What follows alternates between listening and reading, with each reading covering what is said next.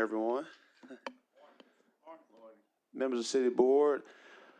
Um, First and foremost, as we get ready to start our first of a few more budget hearings throughout the year to get us to a balanced budget by the end of the year per state law. Want to make certain that we all know how much we appreciate the City of Little Rock Board of Directors. As you know, per ordinance, Chief Hubbard and myself will prepare the budget for you all to approve, subject to your satisfaction. And so we'll start. I want to commend Director Kathy Webb. One of the things she wanted us to do this year is kind of really get the initial preliminary hearings on the schedule. We've gotten that on the schedule per your schedules. Grateful to do that, and so we'll start with our preliminary hearing with Fleet Services. Before we start, any questions before we get started? I'll ask that we allow the department directors to go fully through their presentation before any questions. I'm sure if you think of a question while they're talking, they probably will answer it in the midst of their presentation. If not, we have room for them to answer questions before we get to the next department. All right. Director Hinton. Good morning. Thank you all for having us over to talk with you today. I'm sure most of you know the fleet staff, but just in case you don't, or you have forgotten who some of them are, Donna Faison is our financial management manager for fleet. That's part of the org chart that you see up there. Walter Everly is our maintenance manager for fleet. I call him the fleet manager. Kenneth Mulkey is the acquisitions and inventory manager. Monica Creighton is the fleet administrative and vehicle storage manager. And the systems and project manager job is open at this time. So that actually explains our reporting structure to the mayor, city manager, and I report to the city manager. We have an open admin position on that chart. So those are our folks, and those are the people that actually make our ability to obtain, maintain, and dispose of. We have right at 1,700 assets right now. Last year, this time, it was a little over 1,500. So these are the people that help do that. I'm going to stick strictly to the script that's in the presentation today. Go to the next slide, please.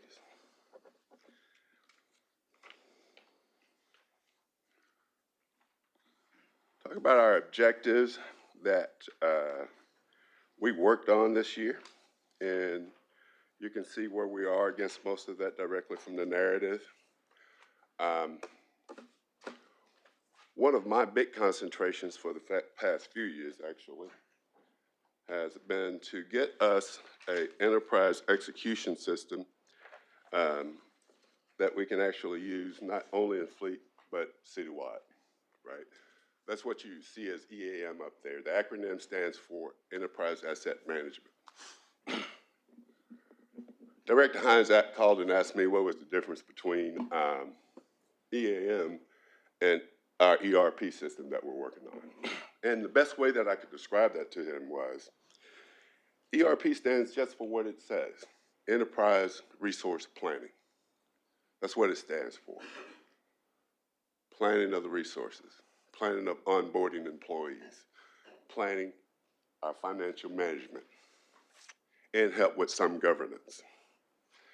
EAM stands for enterprise as well, but it's the operational execution that we do in the operational departments. That's what it's for. It's not just a fleet work management system. It is a work management system for all of the operative areas. And it is an enterprise system. It is complicated to set up. But we've gone long enough without having it installed, so by the end of the year, fleet will be up and running in it, and then we start planning to roll it out in other departments. So that's what we've been working on with EAM. It has, the big modules in it is asset management, which is all of our, any asset that we own, we can put in it. All of my buildings are set up in it already. All of the vehicles that we manage, every computer that we own, have in fleet, everything is already in there. And then the work management side of it is the work order system, which is really truly what's missing citywide right now, where we can actually say what we're spending on all those assets that we're managing. Because that work order starts all that, from requirement to requisition to PO to invoice to payment, right? So we've been working on that.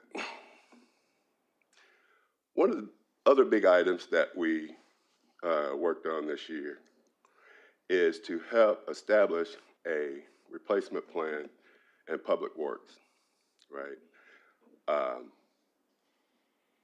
What we found last year when we start looking at the need to replace some vehicles is there was really no long-term replacement plan over there. Whether we executed that plan or not, we didn't have it, right? So what John had done was ask us, fleet, to have set up one because they saw what we did with the general fund departments. And we have that long-term plan. And most of our execution is around some of what we do in that plan, right? Whether we have the money to do it or not, at least we can tell management what we need to do. So they asked us to do the same thing over there. And we did that with this collections and waste management, and we're currently finishing up the one for street ops. So proud that we were able to have some input in it, and we'll see where it goes. But it was important for us to have the same baseline that we have for every department as far as knowing what we need to do. Now, what, when, and how we do it is strictly up to the mayor, the board, city manager.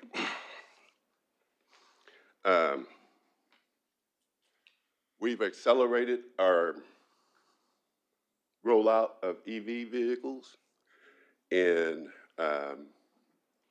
we have, how many charging stations now? We've added a few more. We have 20 charging stations already up and running around the city. We have plans for 20 more through the 2026 budget year. We have 15 electric vehicles already in service. We have 15 that you will be seeing on the next board. Is that right, Chief? All right. So I think it's prudent to mention to you that there is a law that passed that I think most of you have heard about making sure that we don't purchase any vehicles that has forced labor in it. And the 5 big OEMs that we use have anti-slavery and modern slavery policies that they have been enforcing for years. So you will have access to those documents if and when you want to see them. So we're continuing the rollout of that. Now, my plan is to, and we have grants and tax credits that we can still get toward those. The tax credits end of this month, right? And then the grant, we still have some time to actually work on that, but the tax credit goes away. So we're coming in with the ones that we currently have on order just in time to get the tax credits for it. But I think overall, the mayor's plan has been to get to 30% of our entire fleet by 2030, I still believe that to be a possibility.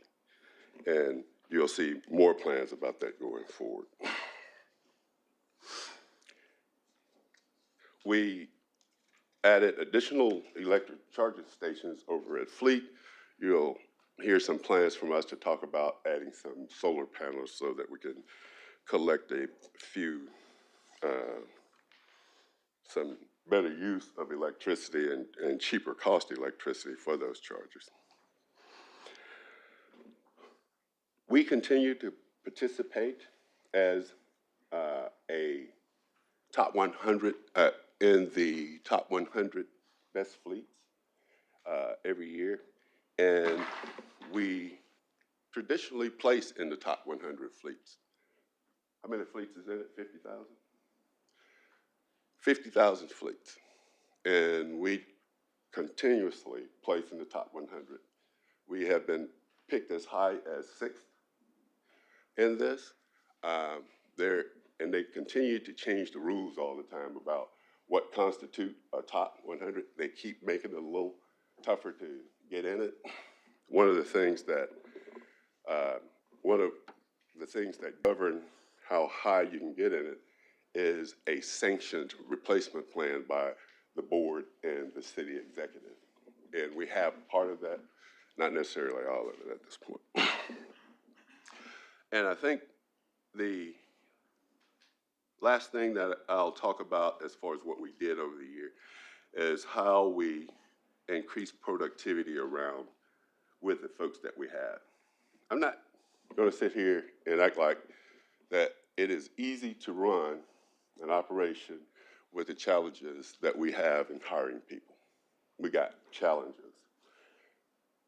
Some of our biggest challenges is what we pay. We've been able to mitigate some of that because at Fleet, thanks to some of the things that Bruce helped us do, what the mayor continue to help us do as far as being able to change pay, we've been able to retain some of our best talent.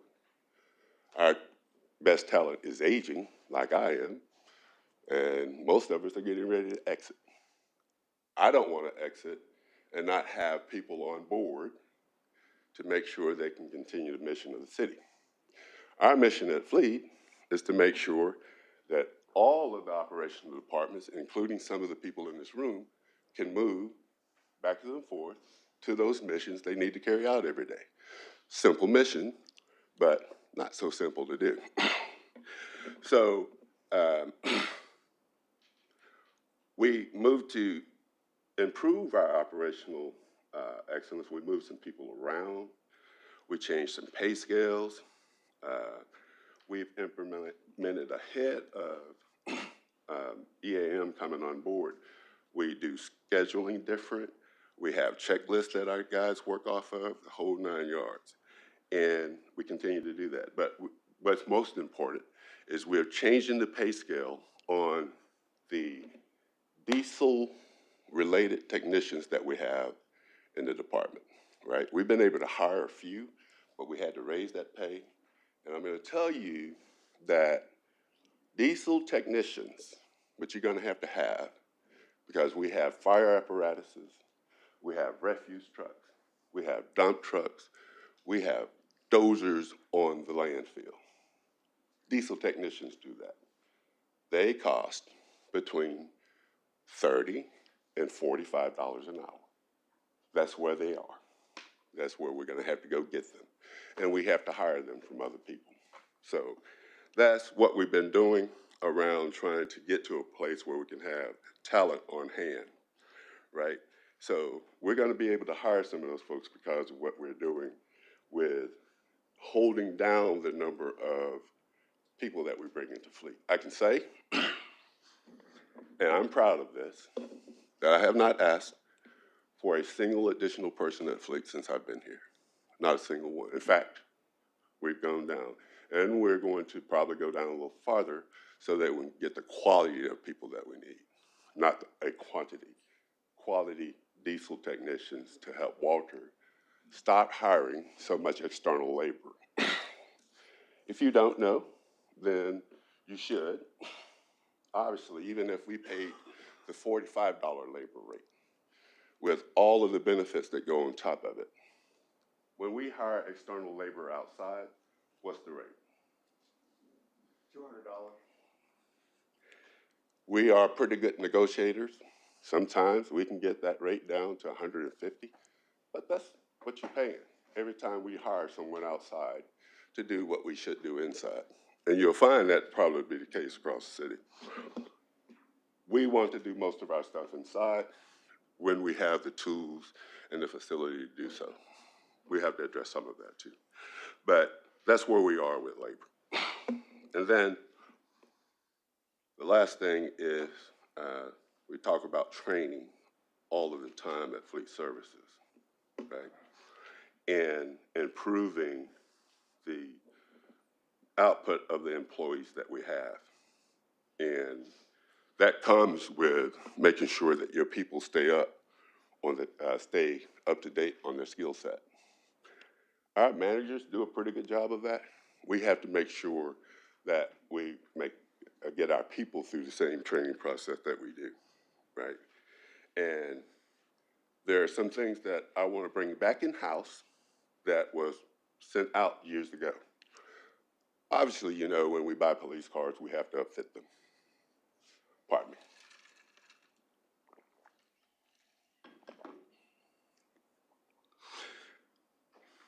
One of the fallacies to doing work externally that you should do internally is your costs continue to escalate and you can't do much about it, right?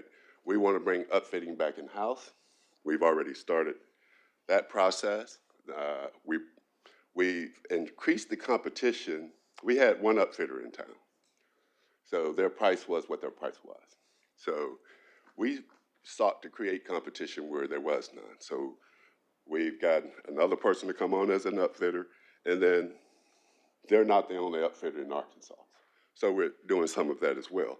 But my goal before I leave here is to make sure that upfitting is brought back in for the things that we ought to be doing in-house, and police upfitting is one. So we plan to we have a facility over on the Fleet campus that we are talking about getting and putting the upfitters back in it. We have people that work for us, it has worked for us for years, that when we eliminated our upfilling facility from the city back when, in 2008, I believe it was, those guys are still here. So I want to put them back to doing that to help bring down the cost of when we get ready to install a police unit. Any question about those?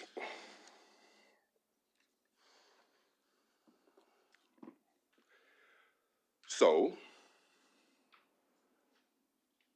next slide.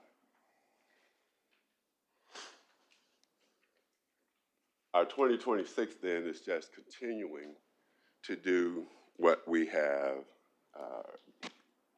already ongoing and finishing up some of those things so that we can push the work management tool, the asset management tool, to the other departments as they wish to come online, and you see some of that in the first bullet. We will continue to refine the replacement plans for the other areas that need it. We will revisit some of the replacement strategies that we have around parks. I should mention this. Parks has a lot of equipment, off-road equipment, and it is aging.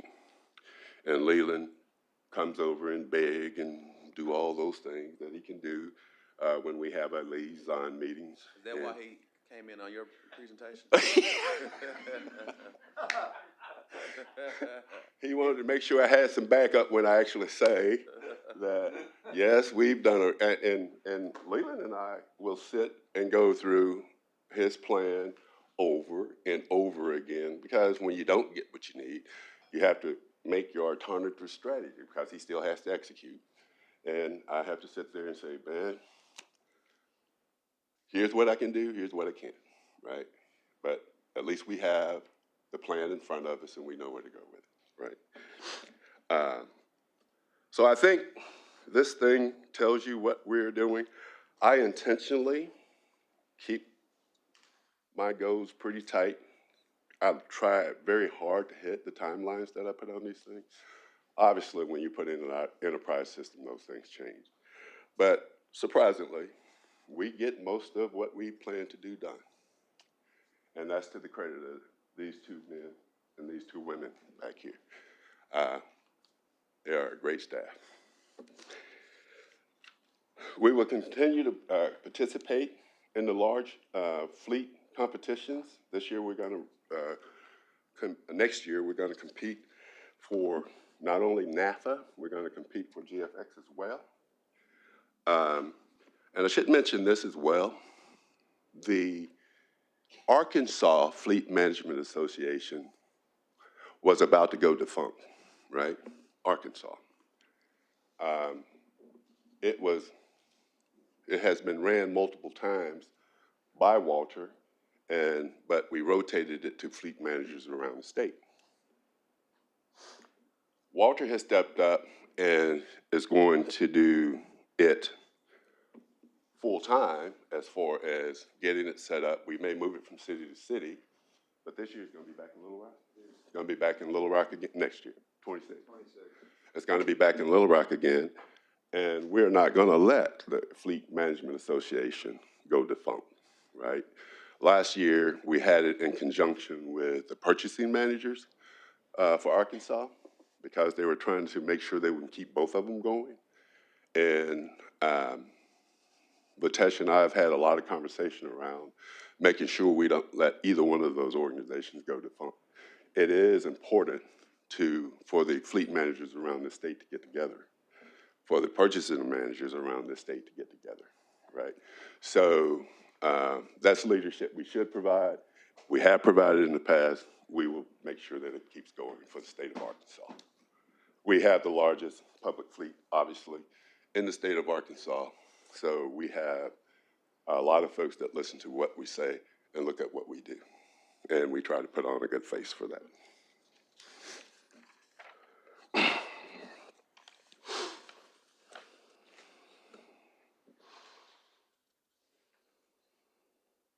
We will continue to do all of those things that we have been doing. We have some buildings that we got to renovate and get things into. We're talking, as you know, we have a fire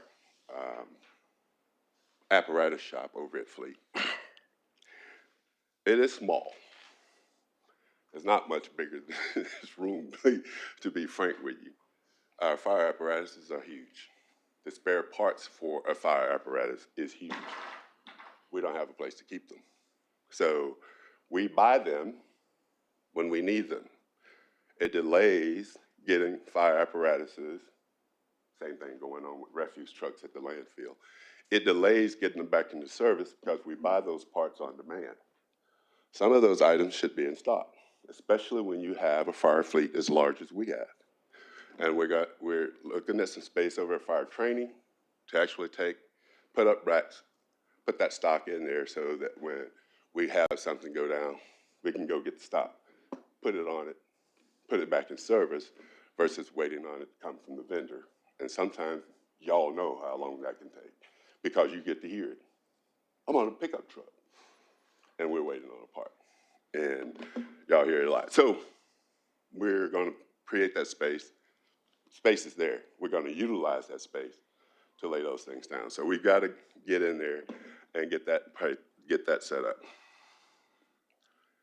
And I already talked about what we're doing with the shop for upfitting over there. So with that said, I'll stop on fleet. Anything else y'all want to know about what we're doing that you don't see there? Are you done with the fuel? I haven't talked about fuel. Let's keep going.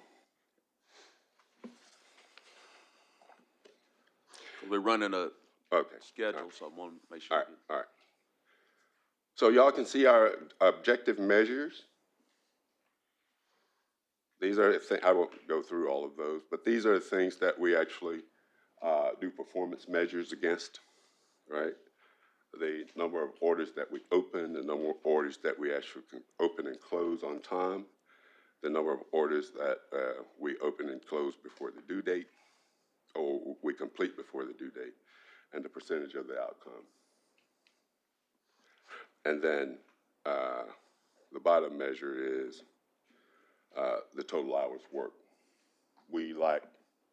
Walter liked 85% utilization is what he's getting at here. I like it to be higher than that, but believe me, I'll take 85%. And we're running in the 80s right now.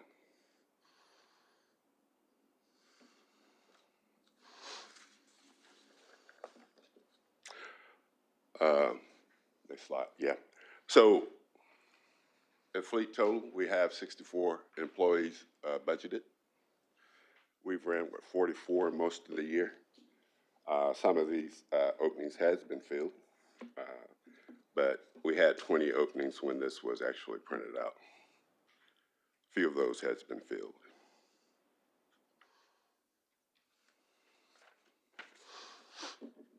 I will go ahead, and you don't see a fuel slide in here.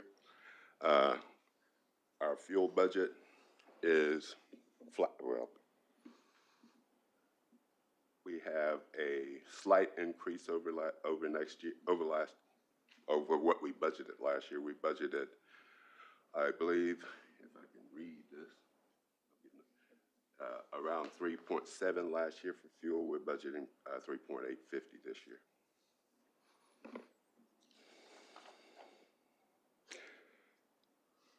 As I said, we have added assets this year, quite a few of them actually. I do expect fuel prices to stay stable. And with that said, I'll go to vehicle storage. Again, Monica runs vehicle storage. It reports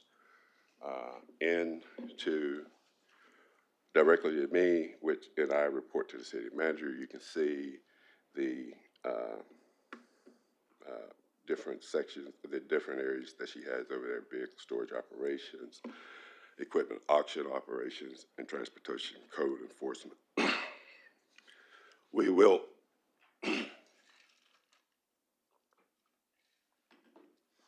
at some point move vehicle storage into EAM as well. It can handle it.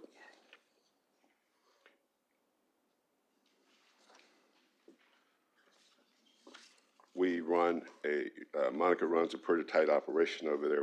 It's a profitable operation. So we'll continue to do the things that we did last year. And we'll make some changes over there. But she is right on task of doing all that. And her biggest performance measure, the one that we actually measure, is when the police actually impound people's vehicles, that we can get back to them. We want to get them back to them before the 4 to 5 day period that we actually take their vehicle and sell it. So the things that are not on police hold, we're hitting that objective 87% of the time of returning those vehicles back to, we're releasing them back to their appropriate owner 87% of the time. That's something she's proud of, and I'm proud of that too. And you should be as well. And lastly, you can see the number of folks that she has, and we had 2 openings over there. Any questions? All right, we'll go to, you done with all of yours? Yes. All right. Director Computer. Really, thank you. A couple of things, and this is something I want you to give me. I look at your staff, and a third of your staff is unfilled positions. Yes. So, I think you said that it was $200 an hour if you send something out versus what we paid, $50 an hour. So can you give us a cost, not right now, can you give us a cost analysis of what we're saving by doing this Number two, why we're a third of our staff is empty, is not there. And then thirdly, and this is not just for you, but for everybody, when I read over this last night, there's no numbers in here. There's no numbers comparing what you did last year, what you think you're gonna do next year. So we need to have some numbers on what you spent last year, total on your budget, what you expected this next year. Okay. Not your wish list, but what you expect realistically to do. So if you can give me those numbers. Yes, sir.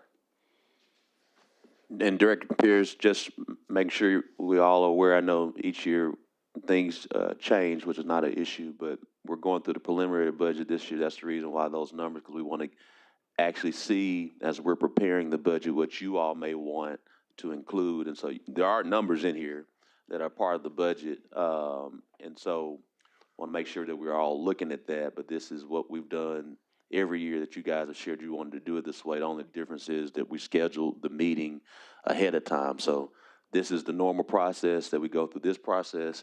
Then we have a deeper dive, I believe, in October with the numbers, because by then we'll have all of the forecasts completed. And again, if you all will also recognize another change in addition to Director Webb, I want to keep giving her shout outs, is this Director Webb encouraged A, that we schedule, B, that we start earlier. We normally don't start until November. In November, you have harder numbers, and so we can't do that comparison till our forecasts are complete, but we wanted to oblige the request of the city board. So we won't have what you're requesting till later on, just want to be clear, but we did start earlier this year, and so we're going through, instead of November, going through this process and then going to some harder numbers. We're starting that now, so you'll see some more numbers in October, but there are numbers right here in all this. A lot of the numbers right here is what we would extrapolate out of the actual Excel spreadsheet. So if you all may want to just look a little harder at these pages. And the only thing I'll add is, I did say earlier, quality over quantity. We're filling some of those positions, Director Pierce, as we speak, but I have got to get those diesel technicians. They're going to come at a higher rate. I'm going to have a few less, but we're filling some of those positions. You'll get it. Yes, sir. That is true. Yeah, but again, just everybody just look at for fleet 14 and 15, 17. Those are a lot of the numbers that come out the actual budget booklet. So they're there. 1 second, Director Ack, we got to go. We're in order. Director Peck. Thank you, and thanks, Willie, for your report. And I know you're constantly asked to do more with less. I have a couple of questions, and I'm sure you know the answer. Currently, so. how many? I know you'll know. I mean, I think you'll know. Currently, how many fire apparatus are at Fleet that are waiting to be repaired? He has that answer. Walter? Or in other places waiting to be repaired or waiting for parts, because I know other people work on 8. So we have 8 pickup trucks now out to replace those. No, ma'am. We have reserves, We got reserves. but we still have some on pickups. Unless someone called and told me that, I would know it, right? There are I was times at when they have to do 12 that. a couple of days ago, and they were on a pickup. Which one? Station 12. Again, unless they call and tell me that, I would know that they're on a pickup truck, right? And when they do tell us that, we respond to it as best we can. But if an apparatus is down and we're waiting on a part, it ain't coming back up until we get it, right? And sometimes those parts come from a long way away. They have to come from the OEM, which is in Wisconsin, right? So, Yeah, no vehicle. We're not having our firefighters in the pickup truck just because. If there's a timeline, it's because of the manufacturer. More 9 times out of 10. And how many people are authorized to work on fire apparatus at Fleet? I know it's a specialized job. we have 3 technicians. 3 technicians. Right. We have traditionally ran with 4, That's one of those diesel people that we're trying to hire. You don't pick them up off the street, you gotta hire, and especially when you work on fire apparatuses. Those people are highly skilled. And the two that I have, the two trained ones that I have, we are going to adjust their pay. We can't afford to lose them to people in Conway, which could happen. So we're working that. But one of the diesel technicians, one of the places they're going, two of the places that they're going, and is fire shop, landfill shop. Not because of the refuse trucks, because of the dozers, articulated dump trucks, grinders, and compactors that we have over there. Highly skilled labor work on those things. They cost millions of dollars, so you can't have just anybody working on it. Well, thanks for that answer. In the same vein, I know that there are a lot of public works vehicles waiting for repair. Do you know about how many are at the landfill or at Fleet that are out of service right now? We have, I get a report on that one every day, so I know these numbers. There are 7 side loaders as of when I looked yesterday that were down, and there was 5 rear loaders down. I don't think we had any knuckle booms down. But with that number down, we can complete all of our daily missions. It's when you see 10 or 12 side loaders down that you can't complete your daily mission. And when you see 9 or 10 rear loaders down, you can't complete your daily mission, right? So our goal every day is to make sure that we have under 10 side loaders in that shop, and my preference would be under 5 rear loaders. If that's all we have, you won't hear anything from anybody about not being able to pick up. Now, and to Grant's credit, when Grant says, I wasn't able to complete a route, he'll say either to no driver or the truck's in the shop. He'll say which one it is. Sometimes people can't complete a mission because they don't have a driver, and they wouldn't say that thing. Grant don't play that game. He does a good job of not doing that stuff. When he says, this is the reason why I can't go, it's right. Okay, thank you.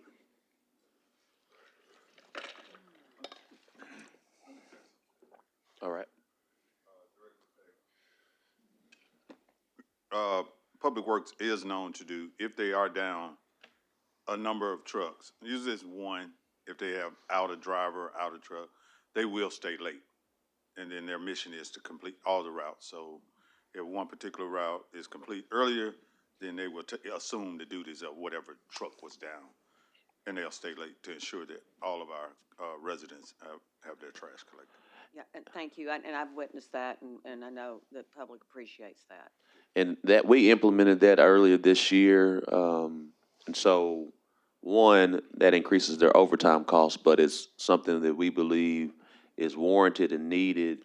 And I think we all can attest, that doesn't mean there's not a missed truck, but based off the data, we're averaging a 98% completion rate. I want to make sure, I know so many times we get phone calls and every phone call matters, but we're 98% completion rate.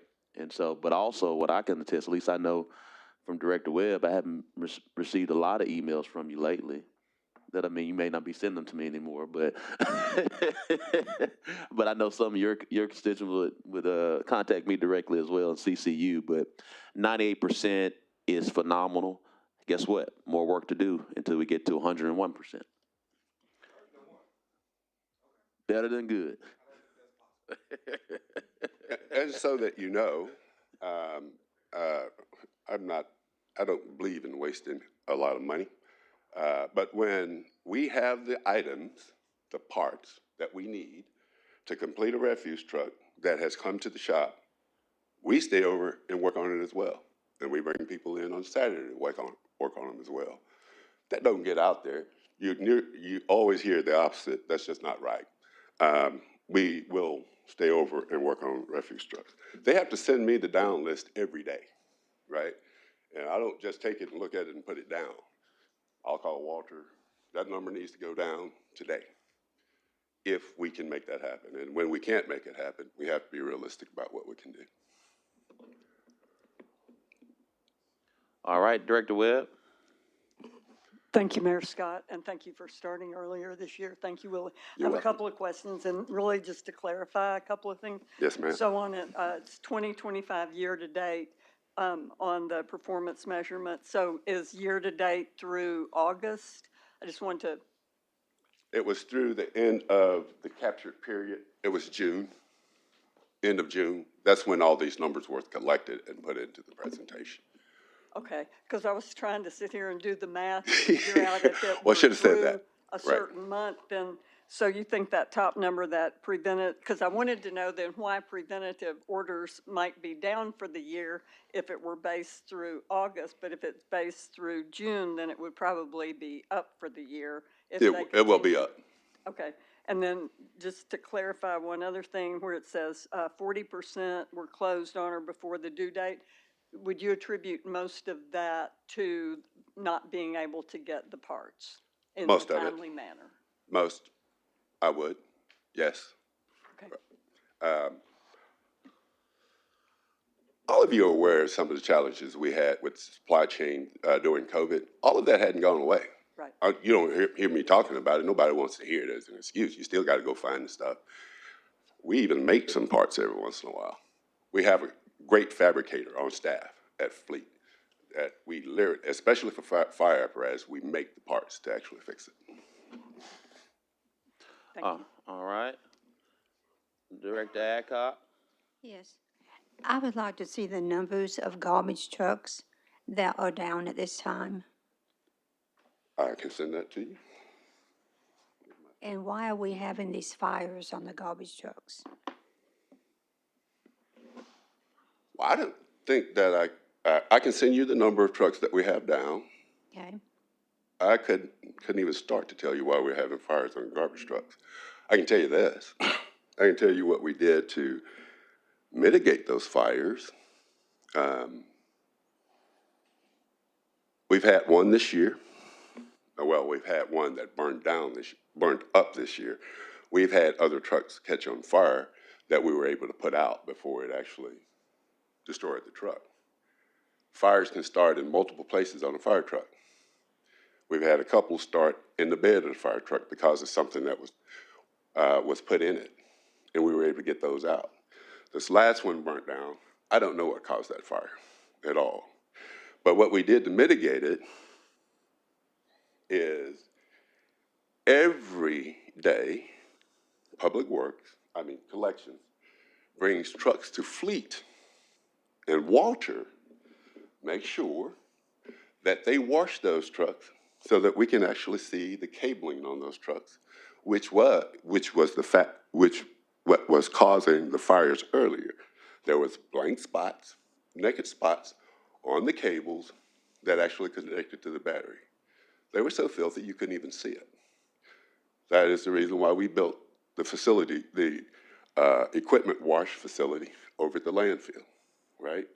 So we expect to see fewer fires, for sure, but I can't tell you what caused the fire on the last one. You said we have 8 fire trucks down. Yes, ma'am. Are they all at Conway? No, they're in our shop. I'll send you the breakdown. Some of them are at Conway. Okay. No. We don't send fire trucks to Conway. You're talking about fire apparatus. Well, fire apparatus is in. Fire apparatus go to Conway when we can't fix it ourselves, or we don't have the time to fix it ourselves. But all of our refuse trucks are fixed here in Little Rock, mostly at the landfill. I'd like to see how long those fire trucks have been, or the apparatuses have been at Conway, and what's the reason it's taken so long. We'll send you what we have. Thank you.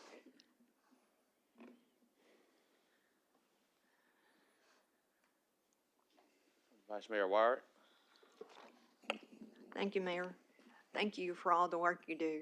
I appreciate that. I can tell that you're really involved in what's going on in fleet services. I've heard some horror stories about different vehicles that have been taken to your facility in regards to oil changes, lube, those kinds of things, that it takes a long time to get that done. And when I look on your employee list, you have 2 that are tire and lubrication technicians. Well,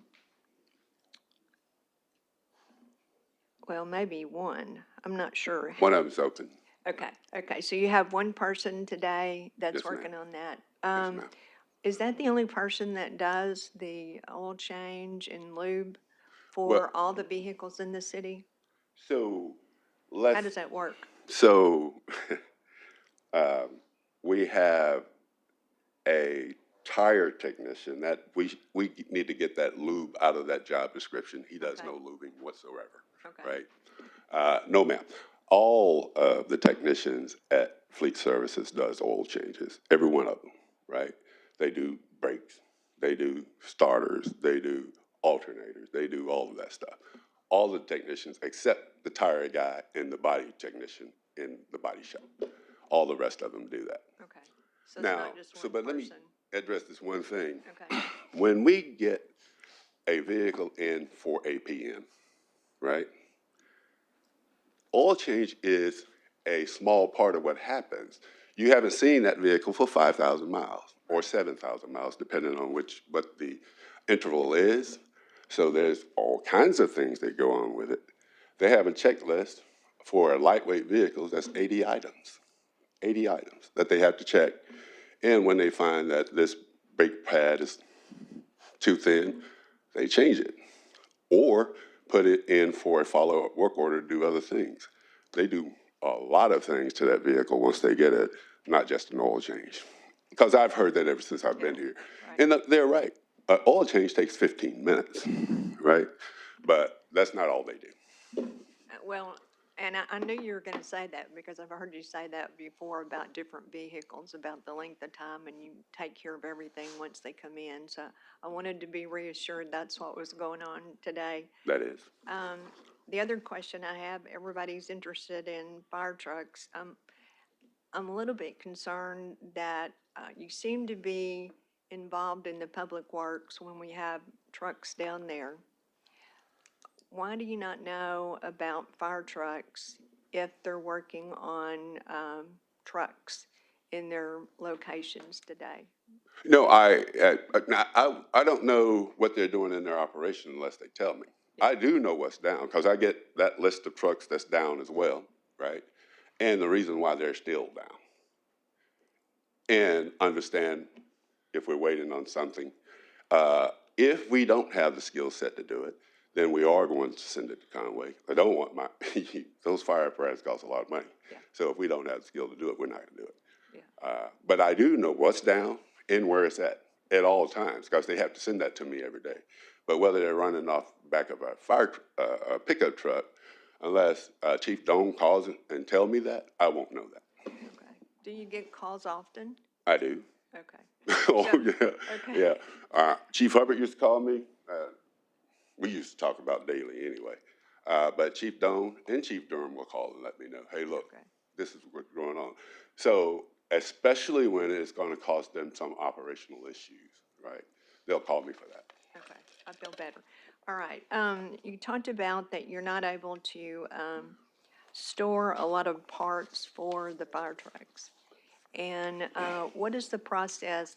So you wait until you need something, or you said somebody can do fabrication for you on something. So what's the process once you find out that you don't have a part in stock? We order it. You order it, and approximately how long does that take? It depends on whether it's one of those things that get hung up in different places, right? Because we have these rules in place that should not apply to MRO buying. They just should not. What do I mean by MRO buying? Maintenance, repair, and overhaul. The O is not for operations, it's for overhaul. That means I have something that's going to cost me a heck of a whole lot of money to get. Ain't nobody on this board going to tell me not to go get a replacement engine for a fire apparatus. They cost $60,000. So when I call the vendor and say, I need an engine, or more likely a transmission, we have to replace transmissions quite often. If we don't just tell them to go ahead and send it because y'all are going to approve it, it'll be months before I get that. So sometimes those things get hung up in either purchasing or they'll get hung up in legal. And when you call and tell them, that's an MRO item, it does not need to be there, it normally comes out pretty quick. But you have to work through that because those are long lead time items anyway, right? So you want to cut down as much of the administrative stuff as you can to get that out of there. Okay. I had one come up yesterday. Yeah, so you're hands-on on those type of situations. Oh, I have to be. Okay, good. I like that. The last question that I have is, you're talking about that you need an area to store parts for fire trucks. And you don't have it today, but that's on your wish list to do. What, do you know enough about the emergencies on the fire trucks, what has to be replaced to stock Yes, ma'am. items? I mean, you mentioned transmissions and you mentioned engines, so. Yes, ma'am. Do you have a list of parts that you would want to store? Yes, ma'am. Okay. We do. Know exactly what they are, and we know the space requirements that it takes to put them out there. Okay. And we absolutely are going to do it. He's very supportive, but it takes a while to work some of these projects. But we've identified the space, and I have a good part of the funding in my operations budget that we're going to use to do that. Yeah, okay. So, you mentioned that an engine was like $60,000. Yes, ma'am.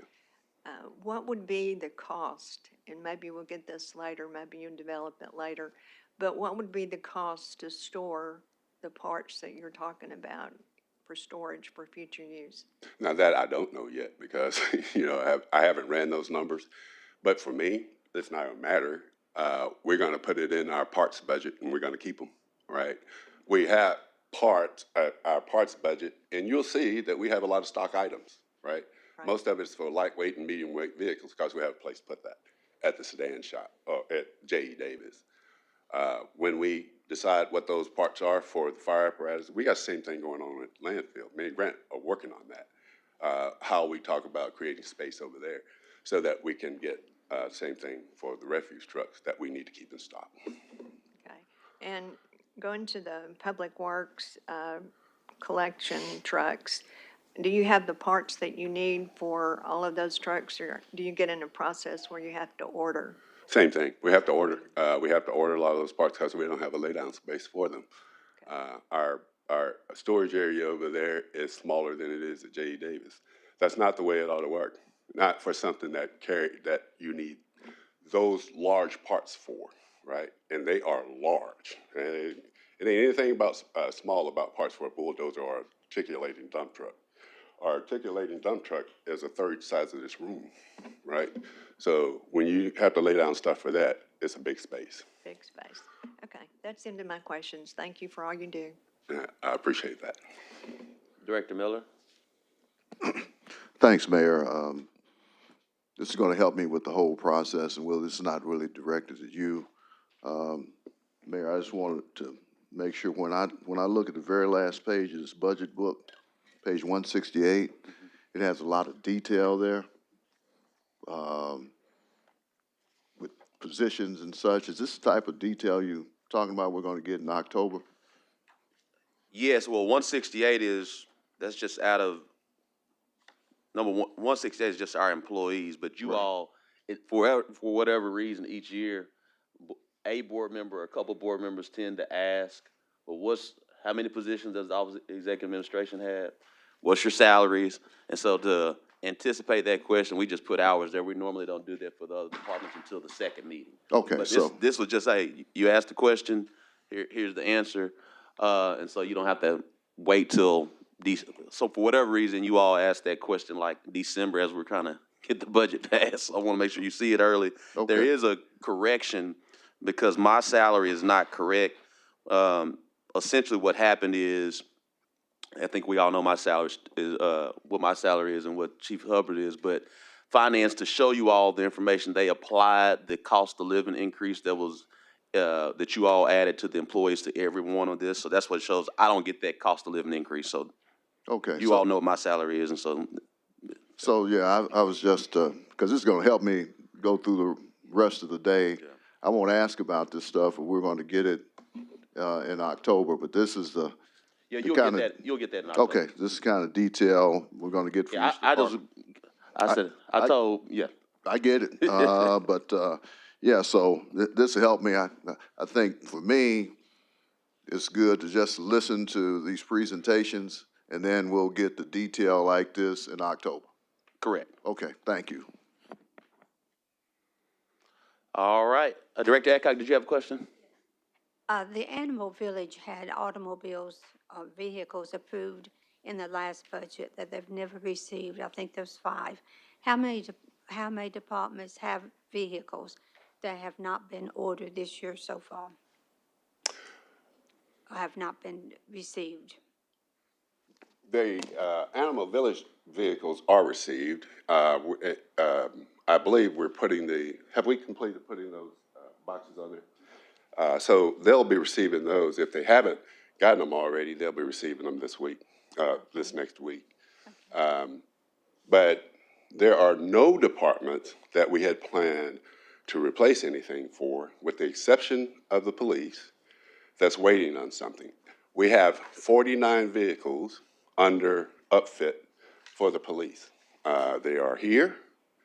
Well, a couple of them are still in North Arkansas being upfitted. They'll be coming down in the next 2 weeks, and then we're about 4 weeks out on the ones that we're upfitting here, right? But that's the only ones that we have ordered, that we had planned to order, or ordered that's not in service yet. Okay, thank you. You're welcome. All right. We'll now go to Public Works. I appreciate y'all. Believe it. I appreciate y'all for what you do too, believe me.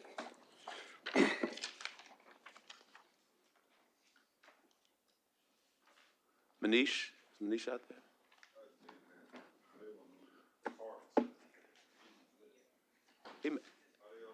See if that, Joyce, can you see if Manish is there in the policy room? Thank you, Mayor. Thank you. And you can have the pen back. He should have been here. Did he know? Oh, okay.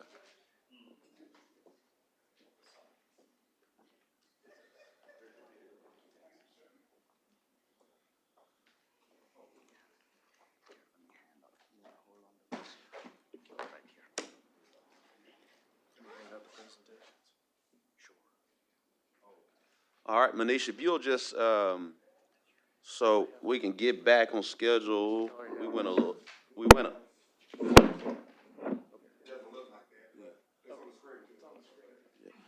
an hour, we went 30 minutes over with Fleet. So, Manish, if you will, Try to keep it short.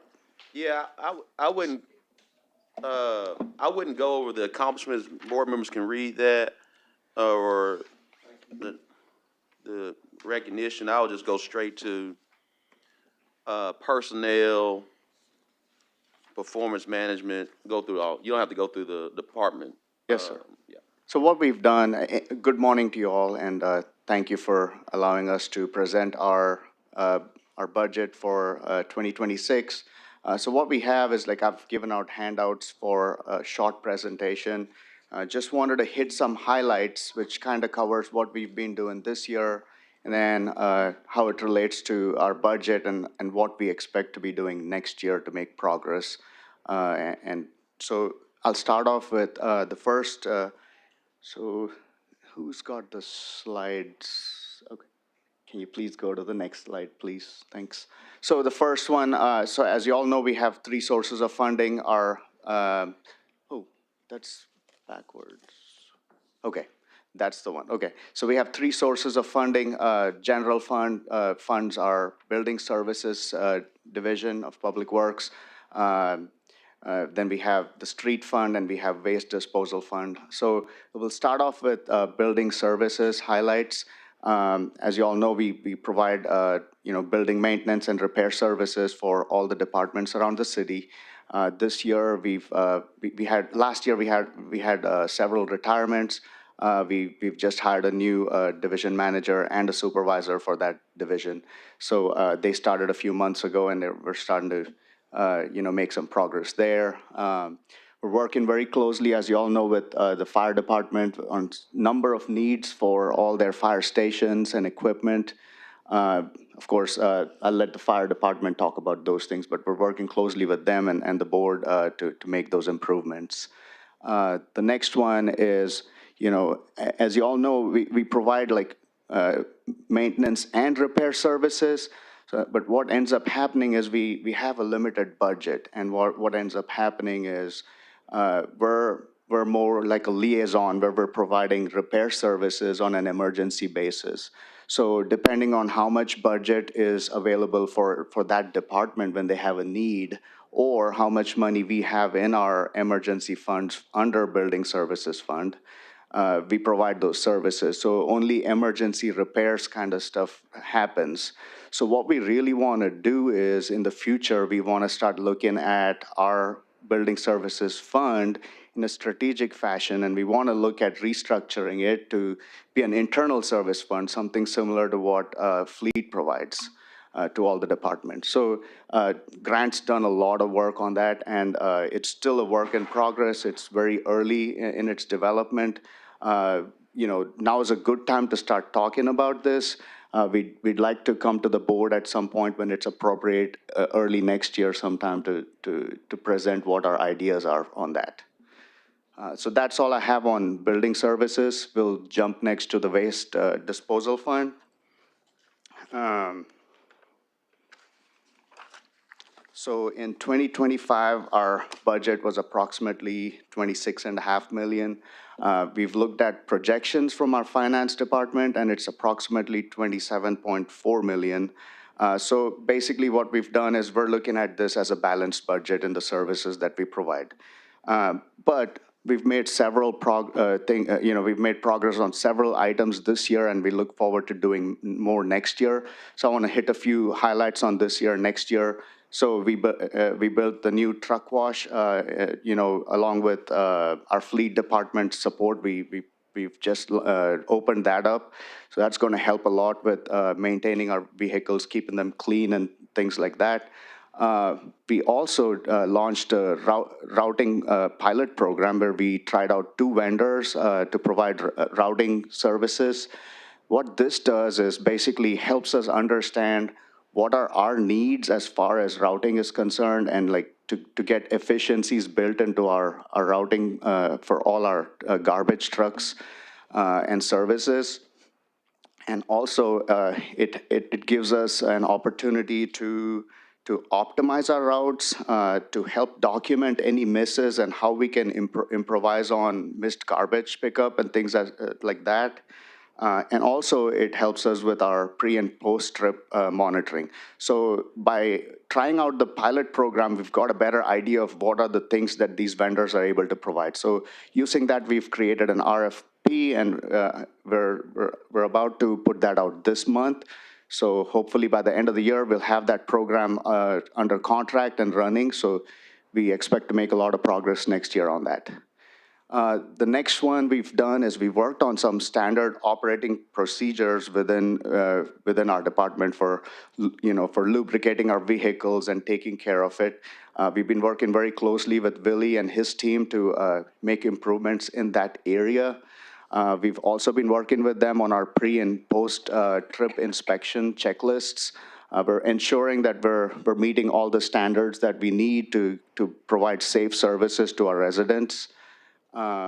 Another one we've done is just like Fleet has a list of service requests, we've started to digitally track our service requests for our vehicles and equipment in the landfill. The next one I want to highlight is the landfill to gas energy project. So right now, as you all know, we have methane gas that comes out of the landfill. We flare it out right now at the site. What we've seen is an opportunity to sell that methane gas. So we put out an RFP for that, and we've selected a consultant, a contractor actually, who'll come in and install the whole facility, which will capture the methane, treat it, and then pipe it out and sell it. What we get is royalties out of that. So right now we've selected the contractor for that. It's Morrow Energy. we're currently reviewing their contract, and we expect them to take approximately 12 months from the time the contract is signed to be fully operational. So we anticipate that they'll be operational in 2027.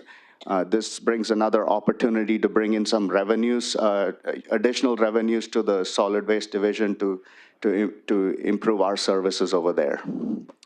Last but not least, we are also doing a rate study. Raf Ellis is our consultant who's working on that, and we expect that to be done by the end of this year. The board will get a presentation on that when it's ready. So those are the highlights on the waste disposal fund. If you would please go to the next slide. Thank you. So on the street fund highlights, so we have our civil engineering team, administration, we have street operations and traffic engineering. All of those divisions fall under street fund. Under the civil engineering division, we've got a bond program, as you all know, approximately 75 projects ongoing. All of those projects have been designed and bid, so that's a big success. A lot of those projects have been finished too. We're approximately 60% done with using up the funds on that project. So we're making great progress. And we are also working on the next cycle of the bond program, which we hope to have more information for you all in the coming months.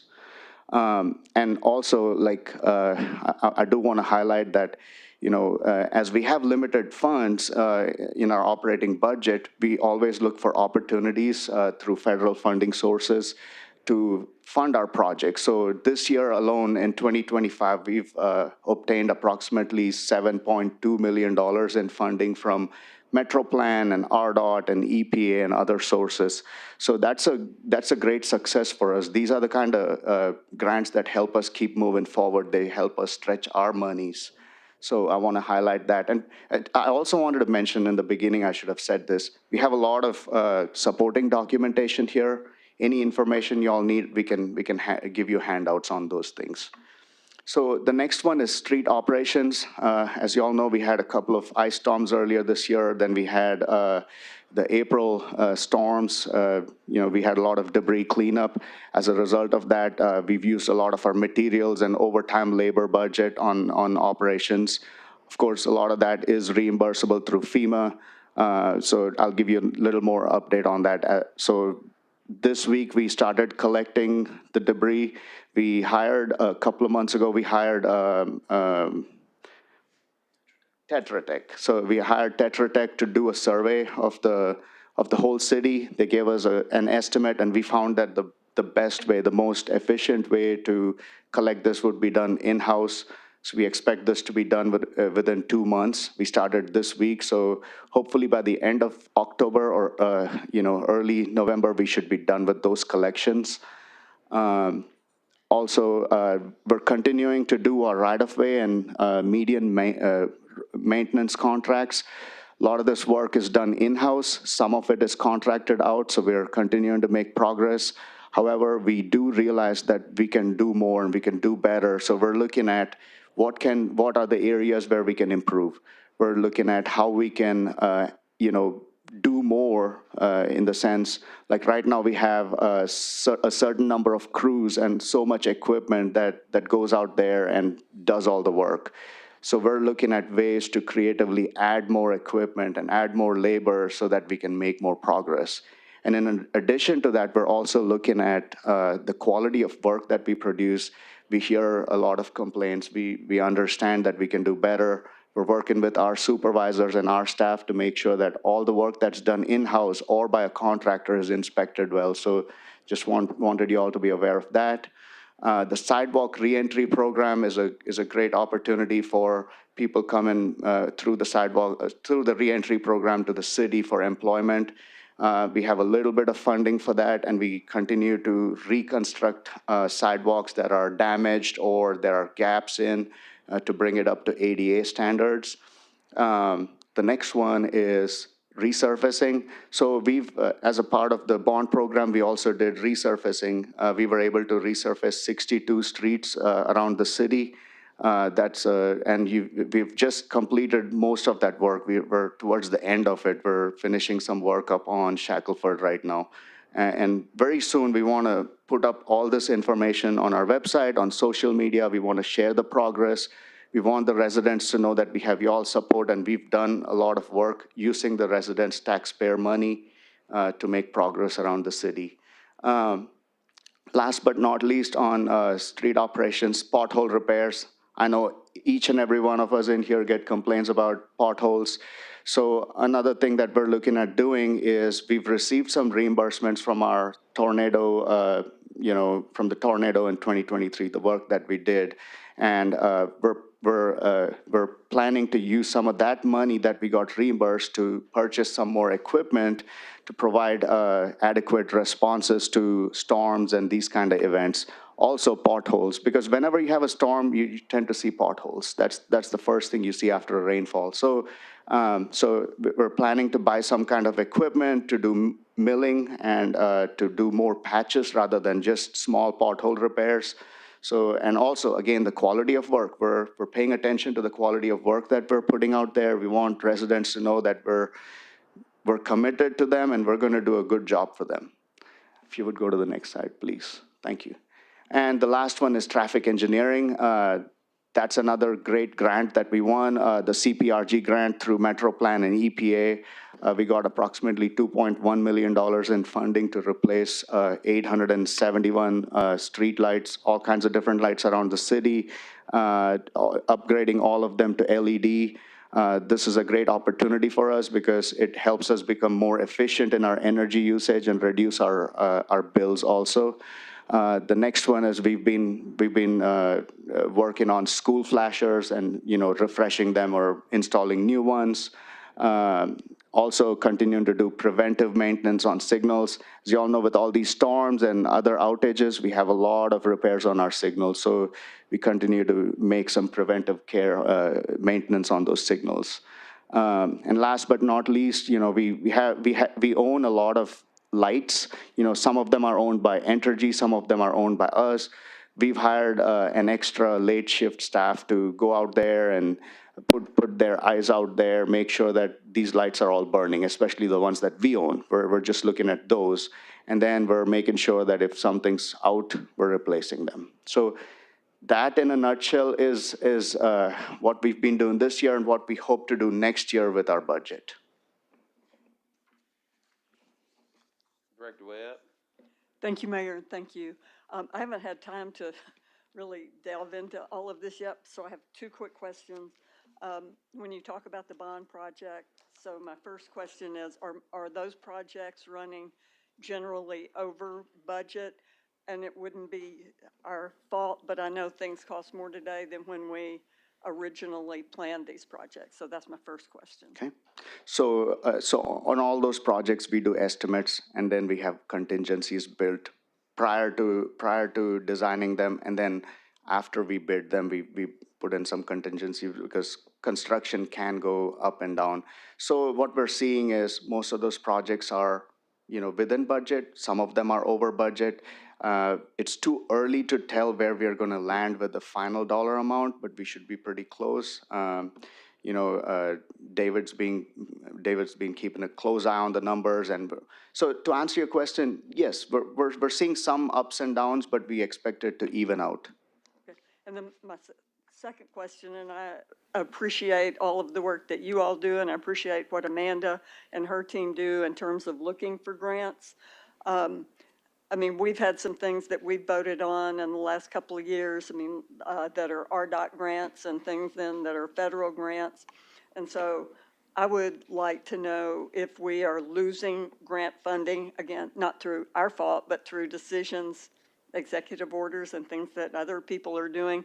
And if I know there was an executive order on August the 7th. I haven't read the whole thing yet, but I was curious if you all have delved into that and if that's going to affect some of our projects and any other information you could give on grants that we may be losing. Sure, great question. So as far as grants that we've already received, there was some uncertainty, if you will, earlier this year We talked to RDOT and we talked to our partners at Metroplan. I also go to a legislative fly-in every year to Washington, D.C. I had some discussions there with some lawmakers. So as far as the grants that we've already received, there was threat to a couple of them, but no longer. We feel comfortable. The monies are coming through. As far as future funding is concerned, it all depends on what kind of program it falls under. The kind of funding that we usually get is for infrastructure, for public works, through Metroplan and RDOT. All those funding sources seem to be safe at this moment. Thank you. Director Phillips? Thank you, Manish, for the presentation, the work that your team is doing. I went through the budget presentation, had a couple kind of specific questions, then was going to ask a big picture question. The first one, and this may be homework. If you know the answer today, great. Sure. If you got to get to me a little while, but I hear people complain a lot about parking downtown, which I personally think is ridiculous, and I've said that, and I stand by it. But it's a perception issue. So I would like to know how much we're spending and generating from Park Mobile. You know, I know how much it costs to use the product and how much we're making on people actually paying for parking downtown. I'm assuming you hadn't memorized that, so if you can get that to me. I'll get it to you. Okay. Because we have, so some of the money comes from coins that go in the meters. Some of them are like from the kiosks, so Right. that it's credit card payments or cash.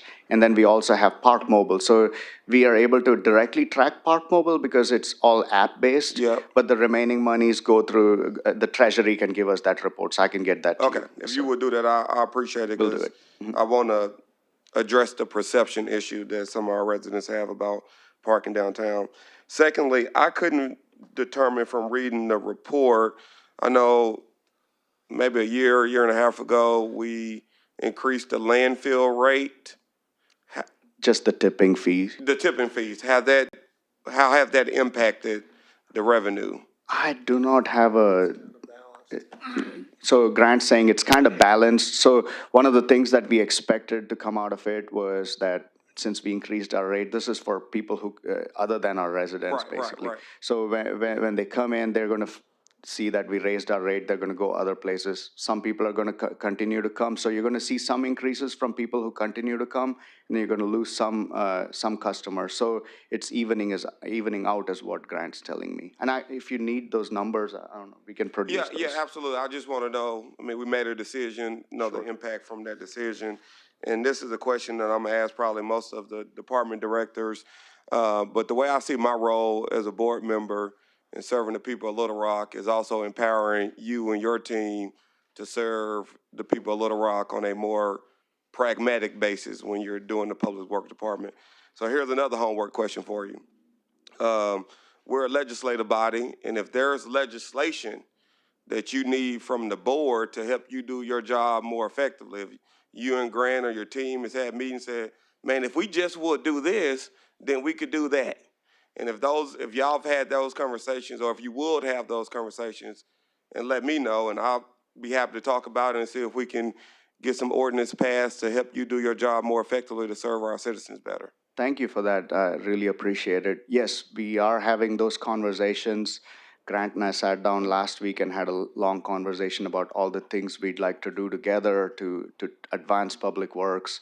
With all the good work that's already been done, there's still a lot of good work to be done. There's a lot of areas to improve. Right. So the first thing we want to do, as I said, was improve our services with what we have. We want to get the residents and everyone to understand that we're doing better.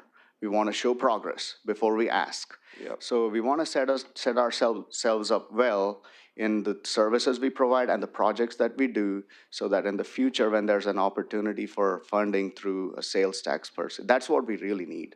Because we have. I agree. So that is where we'll need this board support. But before we ask, we want to make sure that we are doing a better job. We're showing you that with the money that we have, we're doing better. So over the next year, we hope to achieve those things and then lay that foundation to where we have that support. Okay. And sales tax obviously is the big thing, but if there are technical things, and I don't know, I'm not in your office every day, but there's technical man, we still gotta do this way that we've been doing since 1980. That's not efficient anymore. If those things like that we as a legislative body need to change, I would like to know that as well, so we can help you do your job better. Definitely. Thank you right. so much for that. Thank you. That's all I have, Mayor. Director Peck.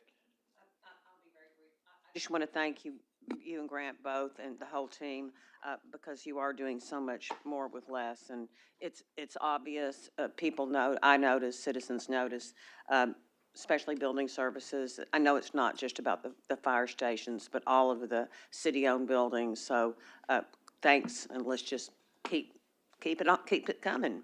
Thank you. I really appreciate y'all. Thank you, Director Peck. Vice Mayor Wire. Thank you, Manish. On the street fund, you said that $7.5 million were grants from Metro and RDOT. Where would that money go? How would that be distributed, the 7.5 million? So those are all like matching funds for different projects. I have a list of those projects Okay. that I can hand out to everybody. Okay. Those are just projects for, in this fiscal year next, so we'll hand those out. You have a couple of requests for me in regards to ditch maintenance. Yes, ma'am. And the report from you was 3 to 5 months. And I know that's one of your goals to try to fix that. Is that a part of your budget desires for 2026? Or are you going to try to do it in-house? Do you know at this moment? Yes, so one of the things we're looking at doing, as I mentioned, we want to buy some more equipment. So for doing right-of-way maintenance or ditch maintenance, we need equipment, we need labor, we need materials. So we're looking at buying some more equipment, hiring more temporary staff or, part-time staff to do some of that work, and buy some more materials using our materials budget. So what we want to do is we want to add more crews to what the services that we provide. So by doing that, we'll get more done, and then you'll see that gap close in a little bit more. If you look at it, like, are we gonna get to that point where, like, in the next year we see service requests being done in 2 days or a week? I don't think so, but it's gonna get better is what I'm saying. Like, Seems like we've had a problem with this particular thing, maybe since the tornado. It seems like we got behind, with all the other activities with the tornado. But since then, it seems like the ditch maintenance has really fallen behind, and a lot of people are anxious about I understand. what's there. So yes, the tornado was over 2 years ago. We're not going to look back and say, oh, it's because of that or this, but we're looking at what we can do better now. I got some numbers, like it's about 900 service requests on ditch maintenance. We've completed nearly 600, so we were about 65% done on all the requests this year. The turnaround time is approximately 30 days right now. We're catching up a little better, but yeah, we're looking to make more progress over the next year. So the 3 to 5 months that I was given, that's It's short. closed in a little bit more. Okay. It's more like a Okay. month or two now, Okay. right now. I know that'll make some people happy. The potholes, you talked about some more equipment for milling and I guess improved patches. Is that going to help keep the potholes from coming back every time we have an event like a rain or something like that? Are we going to be doing something different so we don't have to go back every time it rains with this new equipment? So, we have, right now we have a milling machine, but it's very old and it's been down for nearly a year and a half, maybe close to 2 years now. So we're looking at getting a different machine, either a milling machine or an asphalt zipper machine. Both of them they do a couple of different things. The milling machine is, supposed to mill the asphalt. What it helps us do is do a bigger patch in areas where you see multiple potholes. Right. So instead of doing just small repairs, and you'll see some streets, I don't want to name the streets here, but y'all know it. So just you'll see a number of potholes being repaired, and those pop up more easily. So when you actually go and like mill it down and pulverize the existing surface and then recompact it and put new surface on top of it, it's not a full resurfacing project, but a small patch. It does work better. So yeah, and it looks better, it drives better, it keeps the people happy. Yeah, It So- does, okay. In the handout that we got back from, or for our budget meeting today, under the 2026 departmental goals under civil engineering, it says kick off the design for SS4A projects. What is SS4A? So that stands for Safe Streets and Okay. Roads for All. So Okay. this is that grant that we received last year in the amount of $25 million from FHWA. Our partner Metro Plan, they did a safety action plan, which helped us apply for that funding, and we successfully got that funding. Grant spearheaded that grant application, and also a lot of support from our grants team. So that was a big win for us last year. So we were in the process of finishing up the contract with USDOT and FHWA. As soon as that's done, we're also looking at getting consultants on board to start the design. So we expect that to go next year. That's like University and Asher Avenue and what, 5 major There's- intersection? Yes, in there the are city? five projects for Right. construction. There's one planning project. Okay, okay, that's great. I wondered if that's what it was, but I couldn't tell. Yes. Okay, that's key. This is one more thing, and I don't know what you can do about it, but I have some constituents complaining about the sludge that comes out of the back of the garbage trucks. It's not in the newer trucks that it happens, but the older trucks. And I had a complaint just yesterday where we picked up the material from the Green Monster, and the truck is kind of on an incline on a hill, and so there's dripping. liquid that drips out of that is not very pleasant to smell. And they get out and they have to wash the street off and, to get rid of the stuff that's there. Is there anything that can be done? I'm sure it's what people are putting in their green monsters to go into the trucks. Is there anything that can be done to save that, keep that from happening?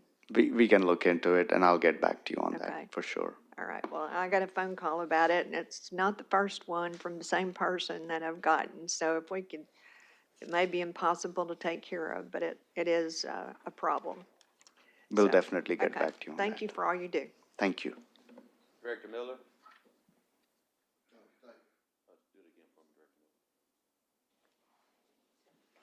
Thank you, Mayor. Manish, just a couple of things. I know that there was an executive order issued earlier in August about improving oversight of federal grants. Have you looked at that? Do you know if that's affecting what you're going to budget for, or any way to determine that at this point? As I said, for our current grants that we've received, we've got some we got some guidance from the Federal Highway Administration on language change in the documents that we're submitting. So we've made sure that those changes have been made and resubmitted back. So we're using their guidance right now. So they're kind of helping us, keep moving ahead with projects that are already funded. So as far as future projects are concerned, they're coming out with new guidelines for all of them. We're not looking at any specific large-scale grant at this moment because we already have a lot to chew on right now. So does that answer your question? Yeah, Yes, thank sir. you. And then, I don't know if this is a question you can answer or not, but of course, we have a lot of illegal dumping Yes, in the sir. city.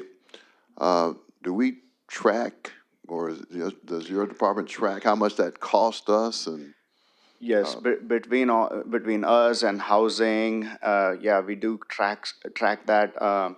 So especially, we have a contractor. We hire a contractor who goes and picks up trash and debris when people dump. So we definitely have numbers on that, and we also have some kind of, because we put service requests in for these dumping when our staff goes out and does it. We have some level of numbers. I don't know how accurate those are. Some of the numbers also may be with housing because they also do some of that work. So yes, we do have some level of how much it costs. so you budget for illegal dumping, Sort of, yes. sort of? We budgeted through our the bulky items contract that you all approved 2 years ago, where we literally have a response team that when you all call or we see it, and we just made the decision that we're just going to pick it up and then find them later. But I think that's about somewhere around a $200,000 contract that we kind of have a lot, and we sometimes go a little bit over that, and you guys are okay with that when we go over it because we're responding to your needs. Okay. Thank you, and finally, when we put up, we have a lot of residents who call and say, here's an illegal dumping site. Of course, we address it. They say, can you put a sign up that says no dumping? We put the signs up. Is there any way to determine, do those signs work at all? Yeah, we do those signs from time to time. No. But It doesn't do any help good. people to think about it, but unless we're there to monitor them dumping. That's what I was going to say. It really doesn't help. I was going to say that, like, you put it up and more people come and dump over there. It's unfortunate, but it does happen. And we're going to do what the residents want. Yeah. Director Adcock? Yes. On the Gower Springs and that area with the new schools and everything. Yes, ma'am. You've got so many children walking to school or parents trying to get in and out of 3 schools all together right there on Baseline and Gower Springs. Mm-hmm. Is there anything that you can look at and do about helping that traffic congestion through there? I believe, Grant, is the school doing anything over there? They have a signal project coming up. The school has a project coming up in that area, if I'm not mistaken. We'll get that information to you, Director. Well, you have Little Rock Public, and then you have Exalt, and you have St. Teresa's. So you've got 3 different school groups there that's all trying to get in and out at the same time. Mm-hmm. And I noticed that we have lots of police officers being used as security for the children. But I thought maybe we could find some way that we could reduce the number of officers and put something in place that would help with the children crossing. We can look into that and get back to you. Okay, thank you. Yes, ma'am. All right, thank you, Manisha. If you'll tell fire to come on. Yes, thank you. And as we're transitioning board, a few different things I want to share with you all, just so you're aware. As we go into fire and police, we've just got finished with fleet and public works, particularly with public works and fleet. Manish shared briefly that we're working on a rate study. For a lot of the concerns and questions you've had today, we're going to have to increase our rates. As we know, this city board has already approved a rate increase for Central Arkansas Water because they need it for their infrastructure needs. If I was a betting man, the city board is going to increase Little Rock Water Reclamation Authority's rates for their infrastructure needs. We're going to have to increase our waste management rates as well.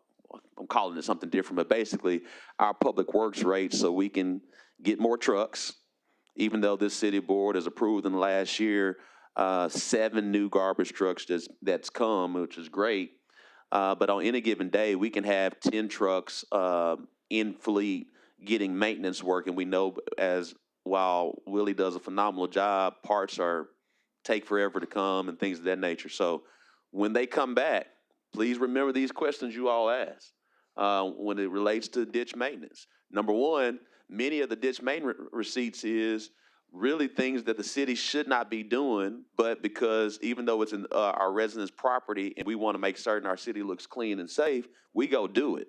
We're really not supposed to do it, but we do it anyway, and it comes with a cost, and that's the reason why we got a list, and everyone just expects that the city's supposed to do it on their property, even though it's not the city's responsibility. I say that to say that type of maintenance to get that list down because it's the right thing to do is going to be a part of that rate increase as well. Same thing with the milling. He's going to come before you later this year with some more equipment to use money out of the street fund to make certain we can get some better milling equipment. I say that to say let's remember the questions we're asking today when we come to present expenses. All right, and to increase our rates as well. All right, we'll get fired. Thank you all.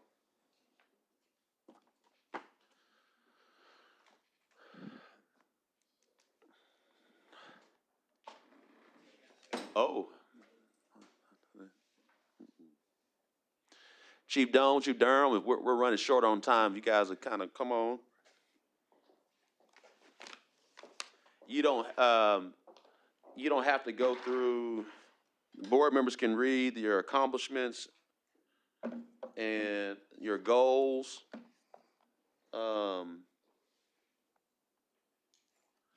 you can kind of start from there after that on your presentation. All right. Thank you, members of the board, Mayor Frick Scott, Chief Hubbard, all other members present. Thank you for having fire here to present for your our 2026 fiscal year budget proposal. So this year, as directed, we focused on 3 areas: line item reductions, overtime reduction strategies, and revenue enhancement. Next slide, please. So with that objective, it was not possible to meet the goal of a 7% cut. However, we did show responsibility and that we're able to make these cuts that we're proposing without compromising any public safety or critical operations. We've implemented targeted measures to demonstrate this fiscal responsibility and reduce expenditures wherever feasible. So the first reductions we made were these 4 reductions that you'll see here. In office supplies, 45%, food, 25%. Salaries in the part-time area was one other opportunity that we saw. We were not utilizing all of those salaries in that area for what we mostly staffed them with is the part-time EMTs. We were using probably somewhere about half of that. We did leave enough in there so we could actually continue to staff those ARVs, which is the main reason that we hired the part-time EMTs. You'll see some more and you'll hear some more about that in an upcoming slide. So we reduced and members of the board, as he's going through this, just a couple things just so you all aware. One of the things that we asked both police and fire and some other departments is just to do an assignment on a 7% cut of knowing what could happen next year. These cuts are not implemented. However, due to the recent due to our negotiations with the unions, and we're giving them another additional 5% in their salary increase. That's the reason why we wanted to see what they could do to, even though we're giving them more money, see what they can do within their existing expenses to kind of help line things out, because we know the city board wants to prioritize their salaries. Thank you, Mayor. And so also with that, we did a look at the tuition reimbursement, and we reduced that by 20% as well. Next, the area we saw an opportunity to reduce without limiting any service or reducing anything in force. We discontinued the staffing of the alternative response vehicles with overtime personnel, and we're utilizing our part-time personnel only unless we have staffing above minimum staffing, which we do have that on a regular basis, including even as early as recent as this last week. So we no longer staff Squad 15, which is a unit that we would staff. We staffed it during the time that we didn't have the Station 9 in place. So we do still staff it, but we only staff it if we have personnel above minimum staffing. So that's one area where we were able to cut. Our goal also is to hire additional part-time emergency technicians to have this extra staffing for those squads and be able to reduce in that area. And so again, utilizing those squads with only part-time personnel. So one thing, I put this slide up here. I wanted to give a description and kind of an explanation of what the alternative response vehicles are. They've been affectionately called pickup trucks quite often.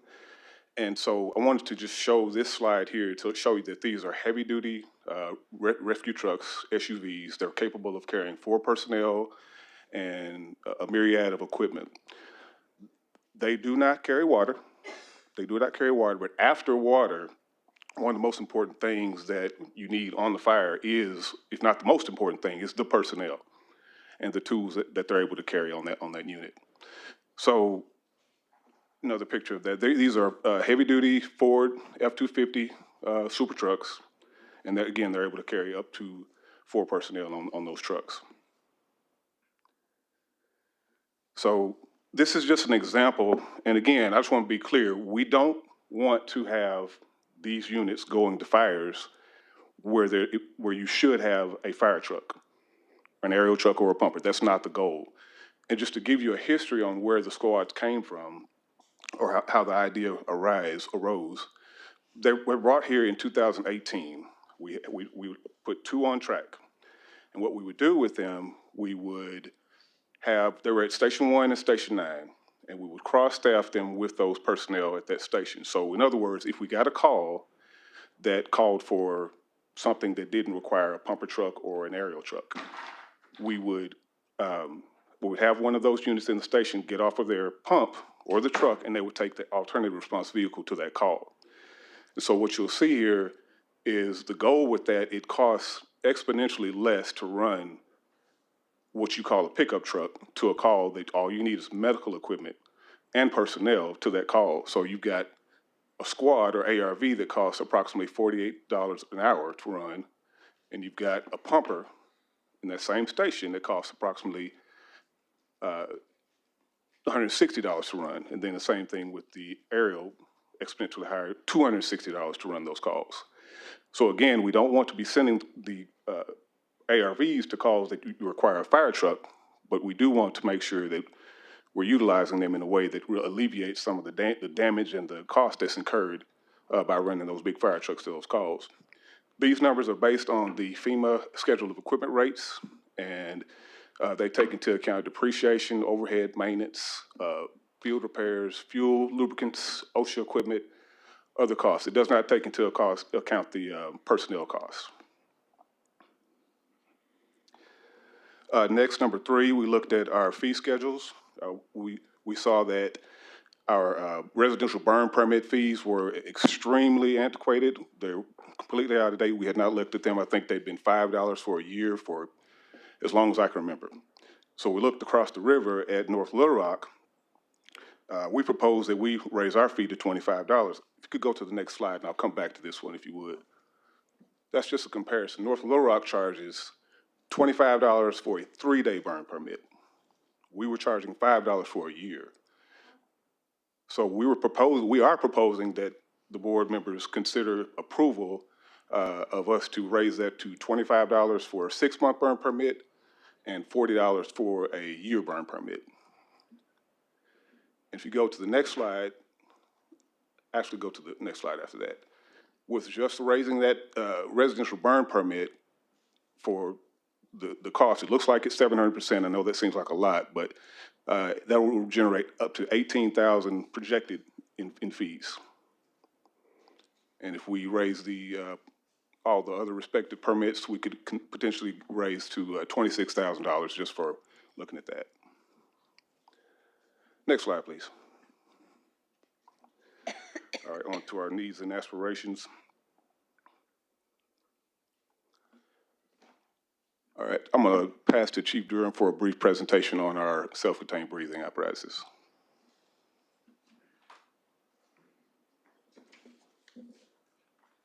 So currently we utilize 255 SCBAs, which are self-contained breathing apparatus across the city for our firefighters. Those units were purchased, as you can see, in 2016 at a cost of about $1.9 million. The current replacement cost is close to $4 million. Those are some soft numbers, but they're high. Talking with the manufacturers and sales representatives, there's room to negotiate for replacement. Over the past 10 years, again, these were purchased and put into service in 2016. Over the past 10 years, those units have been well maintained by our in-house service rep, as well as our vendors who help supply the material and the equipment. But they're well used, unfortunately. And I say unfortunately because we use them every day. And that we use them to protect our people, to give them clean air to breathe. So they're coming near their end-of-life use. Currently with NFPA, there's a standard that's set to come out in about October, November timeframe, which will spell out a new technology and new standards for those air packs and those breathing apparatus.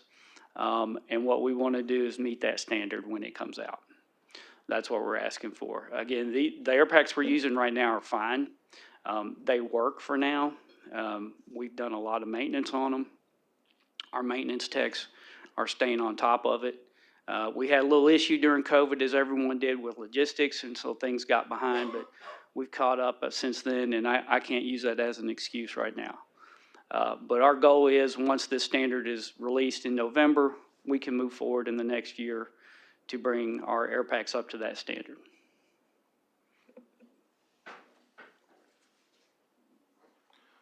Thank you, Chief Durham. Next slide, please. So we are also petitioning the board and city leadership to consider the installation of a 5th battalion in the city.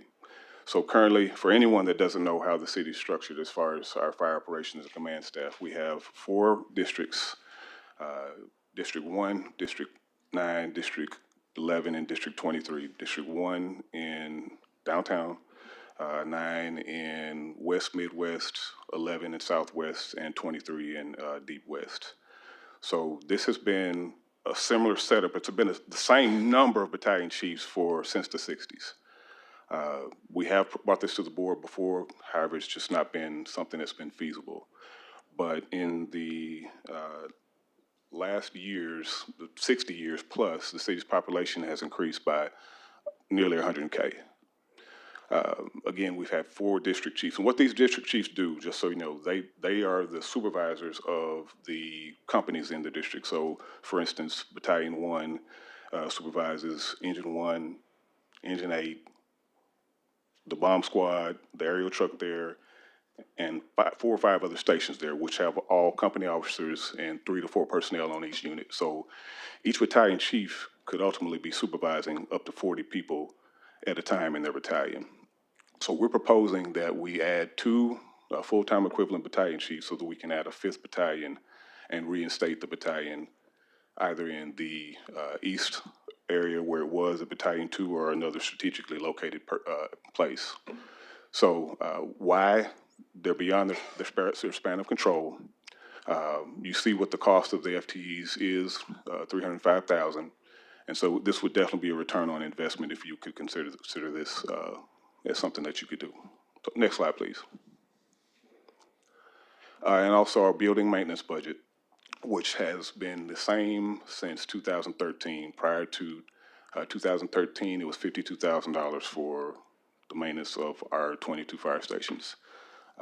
We go over it every year, and it continues to grow. So we're asking for consideration of an increase in that budget of 50%.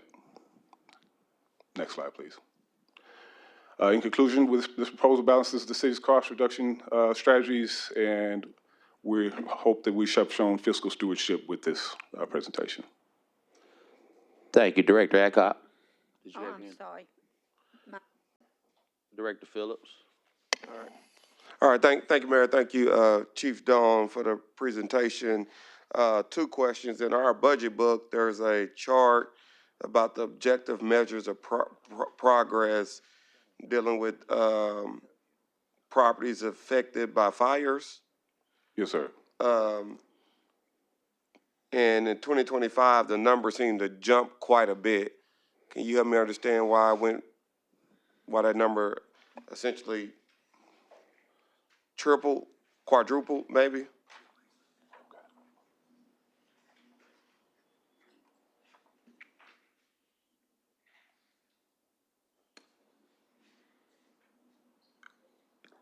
If I may, is this something that you would mind me delivering to you? Yeah, if you don't, yes. I should have started with that. My apologies. I would like to know that if you don't have the answer right now. I can give you a better, accurate information. Okay. At a later date, as soon as possible.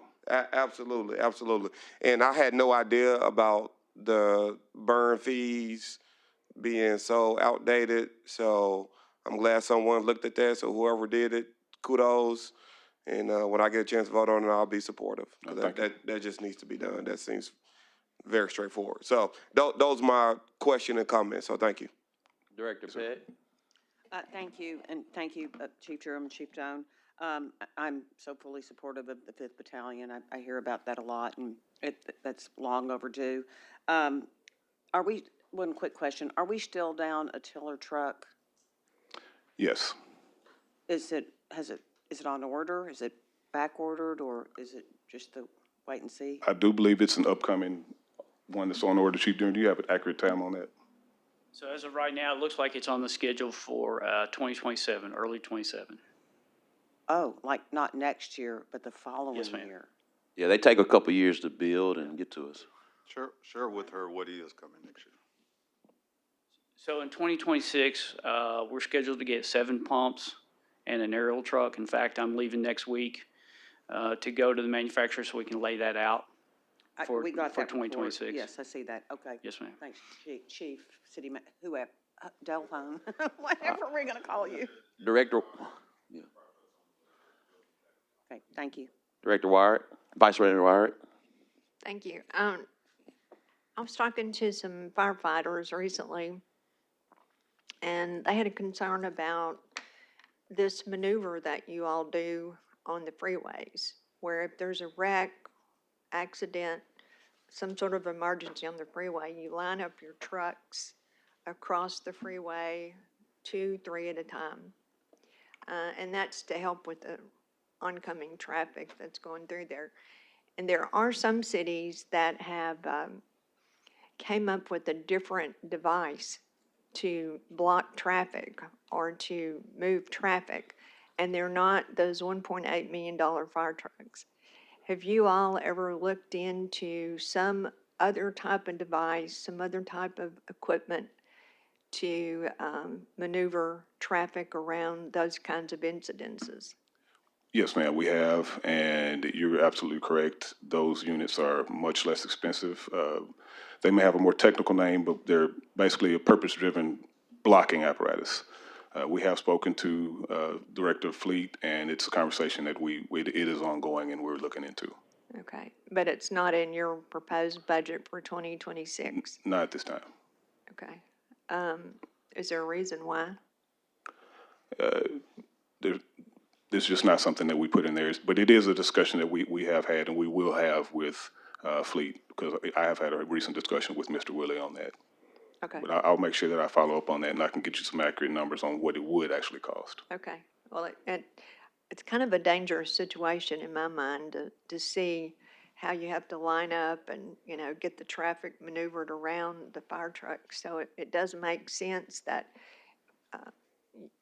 it's a high possibility that you could be hit, those kinds of situations. So hopefully you'll do your due diligence on what needs to happen in that. Thank you. Any more directors? All right, thank you. Thank you.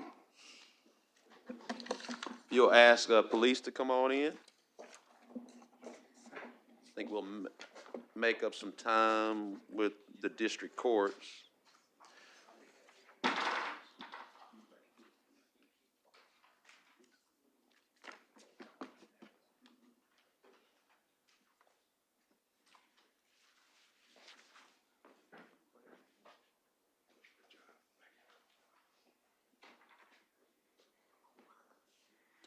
And Director Peck, I know Chief Doan is finalizing the memo you requested. You'll probably get it Monday. He had to get prepared for this, but you'll probably have it Monday.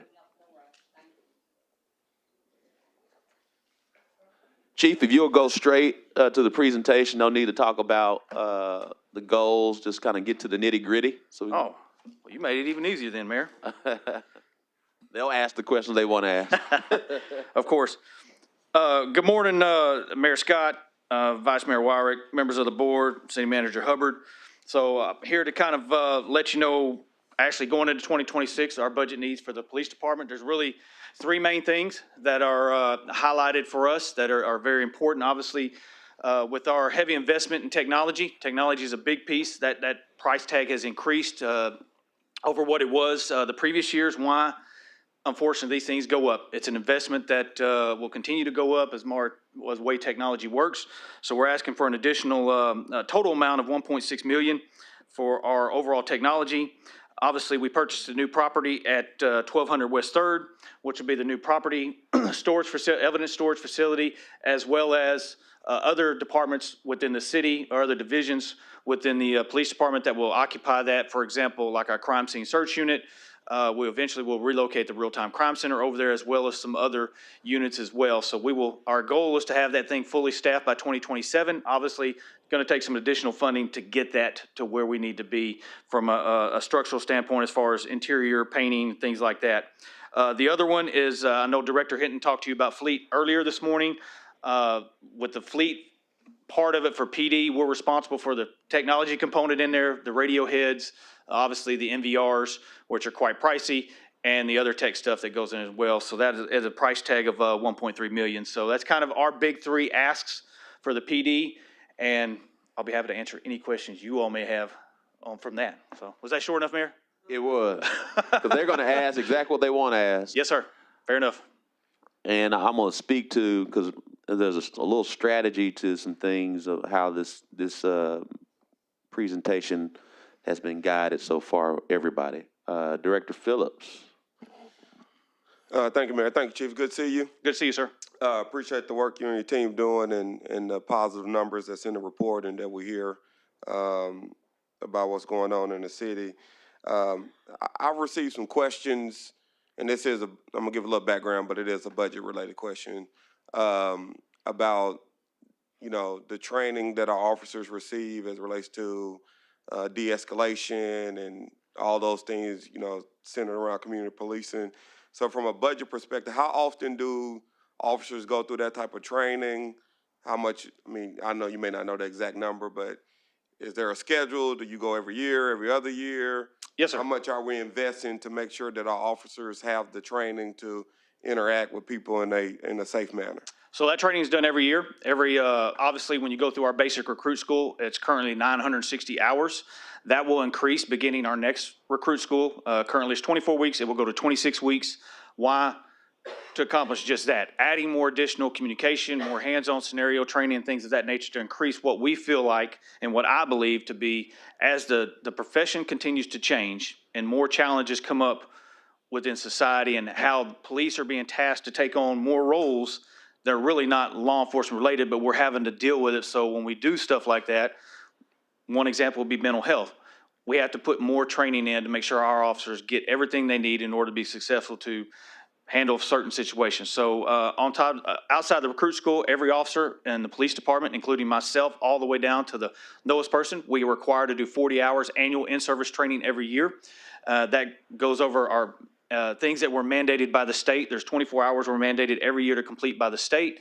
The additional 16 hours are mandated through us. That will be either de-escalation, use of force training, simulator training, whatever it is, hands-on, to continue to develop our personnel on that matter. So that occurs all the time. Not only that, but we also pay roughly, is it right at $5,000 a year for CJI? So we pay $5,000 a year for training at CJI, which is the Criminal Justice Institute, part of the University of Arkansas system. So all of our officers have that opportunity to take part in training as well throughout the year. CJI sends us monthly updates of training that are being offered. It's pushed out department-wide. Our officers can attend that whenever they want to if they see something. We also send out a host of roll call videos. So the training is nonstop for us. We by far do more training than anybody else in the state of Arkansas. That's why I would put us up against anybody in the state as well as nationally in what we do. And that was highlighted recently when we had our second year review for CALEA, which is the Commission of Accredited Law Enforcement Agencies. We just passed it and our training division was up on it. And we got very high remarks for what we do out there. Okay, I appreciate that. Just add a little clarity to that. So the training that happens every year, are we paying for our officers to go somewhere for a training, or is this in-house training? No, we do in-house. Also, I do specialized training for some of our outside different others as well.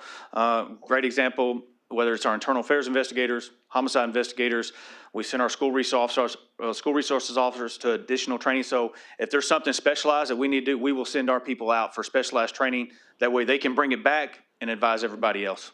Okay. So. And then last question, similarly as it relates to the budget, I still get calls about, community policing, and we see people. I was at the concert this Sunday at the riverfront, and to see the officers there interacting with the people, thought it was great. Got a lot of positive remarks.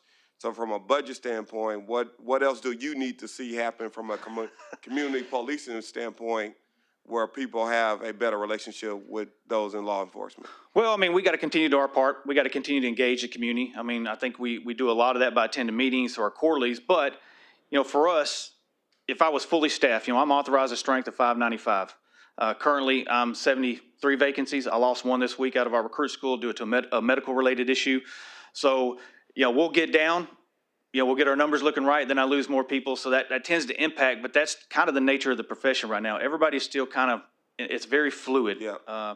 So until we can make some headways on those deals, it's very tough to do that. But you've heard me stand up in front of you all before that community policing is a philosophy. Every officer in this organization, from myself down, should embrace community policing. It's not just a specific unit. Yes, it's nice to have units that can go out there and do certain things, but really, it's every officer should be a community police officer. Whether it's taking time to high-five a kid, say hello to somebody, things like that, that's what community policing is And about. that's what I want to hear. It's not a budget thing necessarily. Yeah, it's not a budget thing. And that's No, what I was trying to get you to get me to, Yeah. so you got me there. Yeah. Okay. I would love to be able to say, yeah, throw more money so we can hire folks, but that's not necessarily going to be the exact solution to the problem. That's what I was hoping you would Yeah. say. Thank Yeah. you. That's all I have, Mayor. All right, Vice Mayor Wyrick and Director Webb. Chief, thank you for all you do. Yes, ma'am. Thank you. I appreciate you. And your guys sitting down there too. I was looking at the numbers for your police officers, and it shows 60 police officer rookies that are vacant. And I don't know when this report was done. What does that mean? That's so on the budget kickoff date, that's when that report was done. So again, just an example with Chief Helton was sharing, today we're down 73.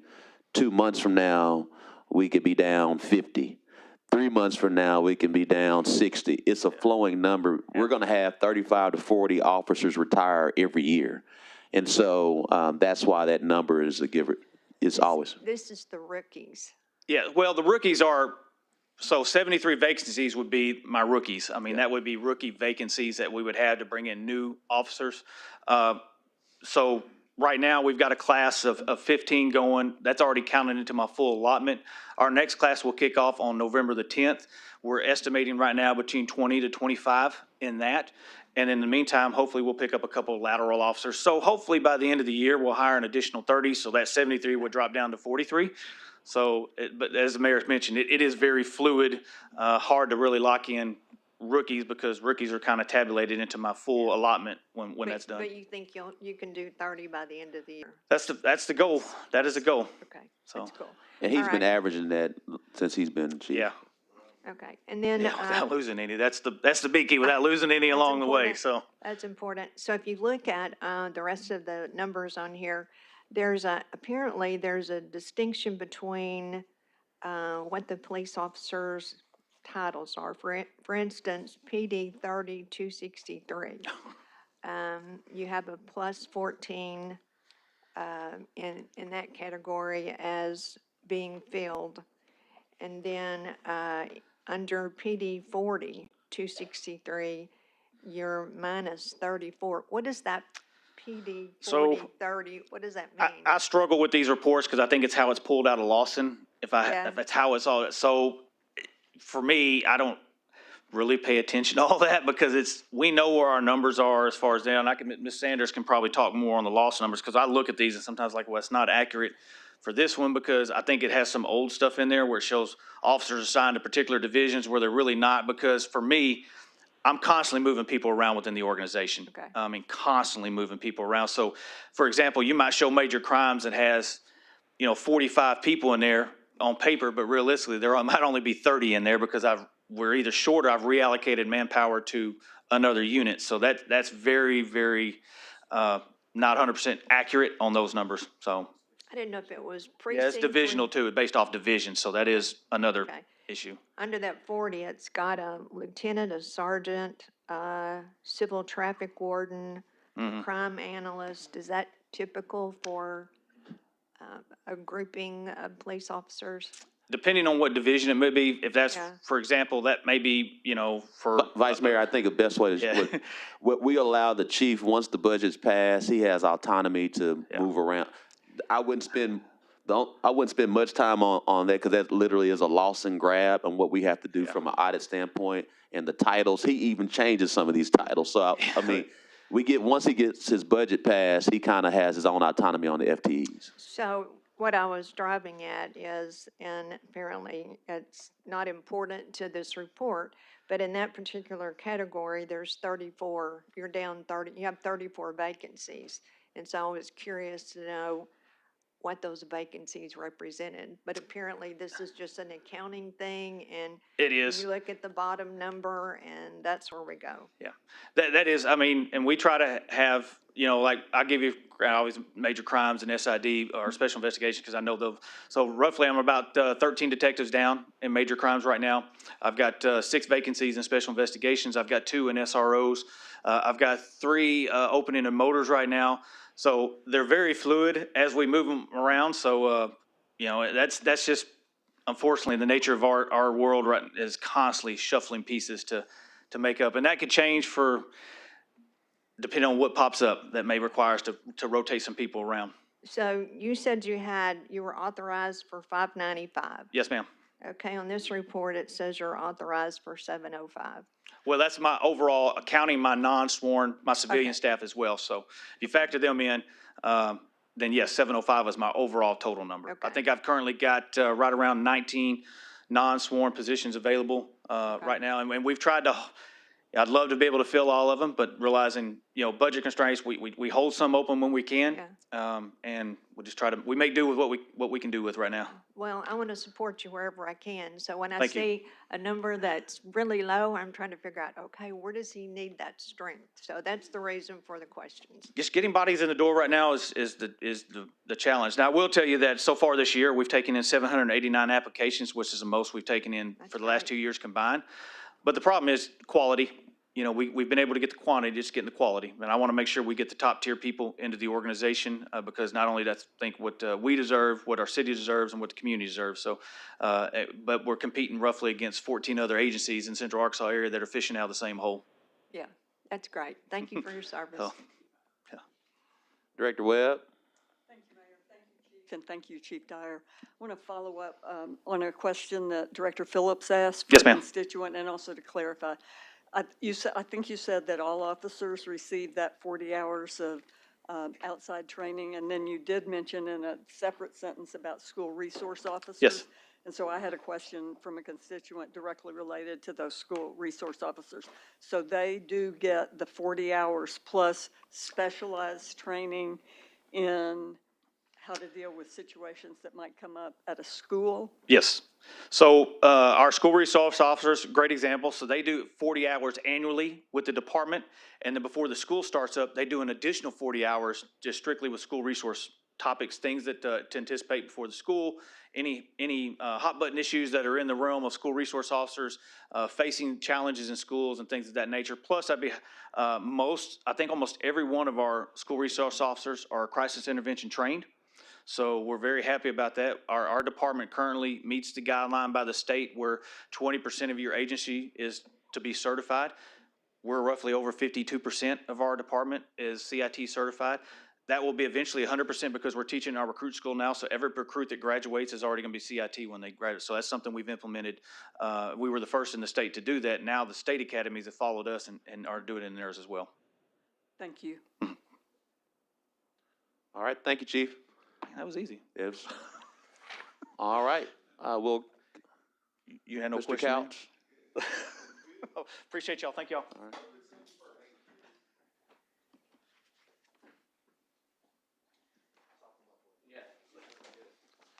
Mr. Couch, if you just get straight into the nitty gritty. I can do that. I know you can.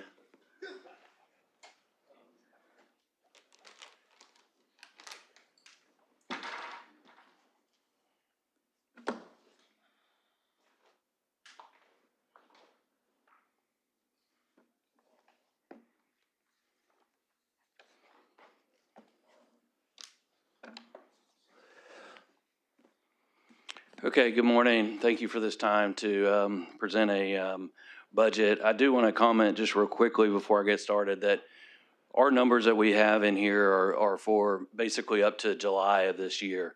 So a lot of information in here is a work in progress. But I'll answer questions in reference to that, and there might be some questions you have, such as the rounds of golf or something like that. I'm going to go through our 3 main divisions. administration, operations, and recreation. And I'll try to keep as short as the chief was. He was pretty quick. I wanted to share a few more goals and accomplishments that I think are great to share. And I would like to start off too by saying, this department is not just me. It's the team that's under me, and so I can't do it with everybody that I have. We have a great team and a great staff. So if we'll start off with administration,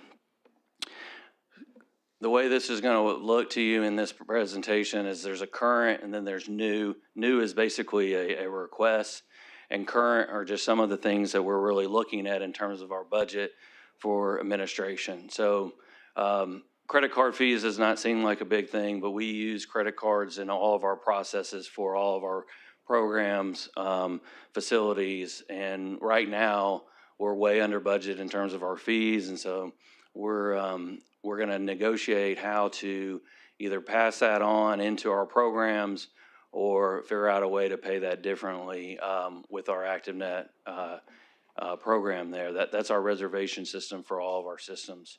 The other thing is looking at our rentals. So the Parks Department, in my understanding, let's say in the last 10 years, hasn't changed any fees in any of our pavilions or programs, special event rentals.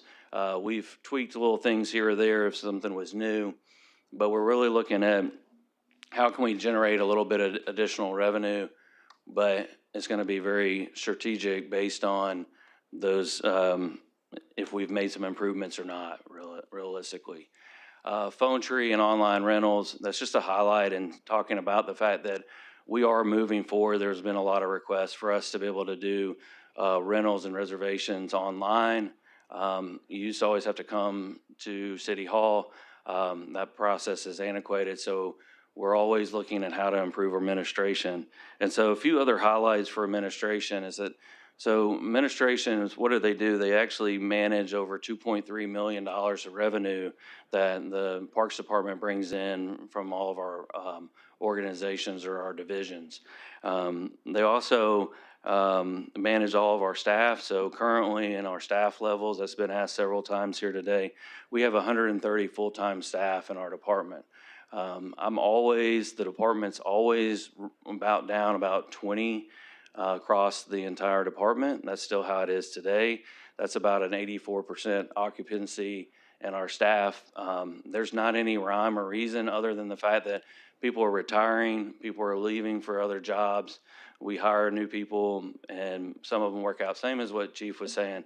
And it's a constant challenge for us to keep our positions filled, but I think in the time that I've been managing this, that number has stayed about the same. The only way we could really increase that is if we started to look at salaries for some of our maintenance staff that are, we have challenges in our CDL areas, in our maintenance staff area. So a few other things in administration is that I have been really big on social media. We have a story to tell. We're a public-facing division, which is huge for us, much different than some of the other divisions. Our Facebook followers, social media started at 6,000. We're over 13,000, looking to get as high as 17,000. So we're really pushing our social media. We've been in 30 or 40 different public events this year, anywhere from a park at Kiwanis to a community hearing to the many mobile halls. So we're always very active in that. We also participate in a lot of conferences. We're in the national conference, which a handful of us are going next week. So we'll be out of the office. There's a state conference too. And why is that important? Is because we also apply for awards in those conferences. We've received 3 awards this year in our state conference, and those actually have not been presented, so I'll hold those until later this fall when we go, but that's what our understanding is.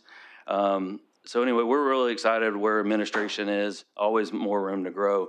I'll switch to the next one, which is operations. So operation covers all of our maintenance, construction, anything that has to do with our 6,500 acres that we manage.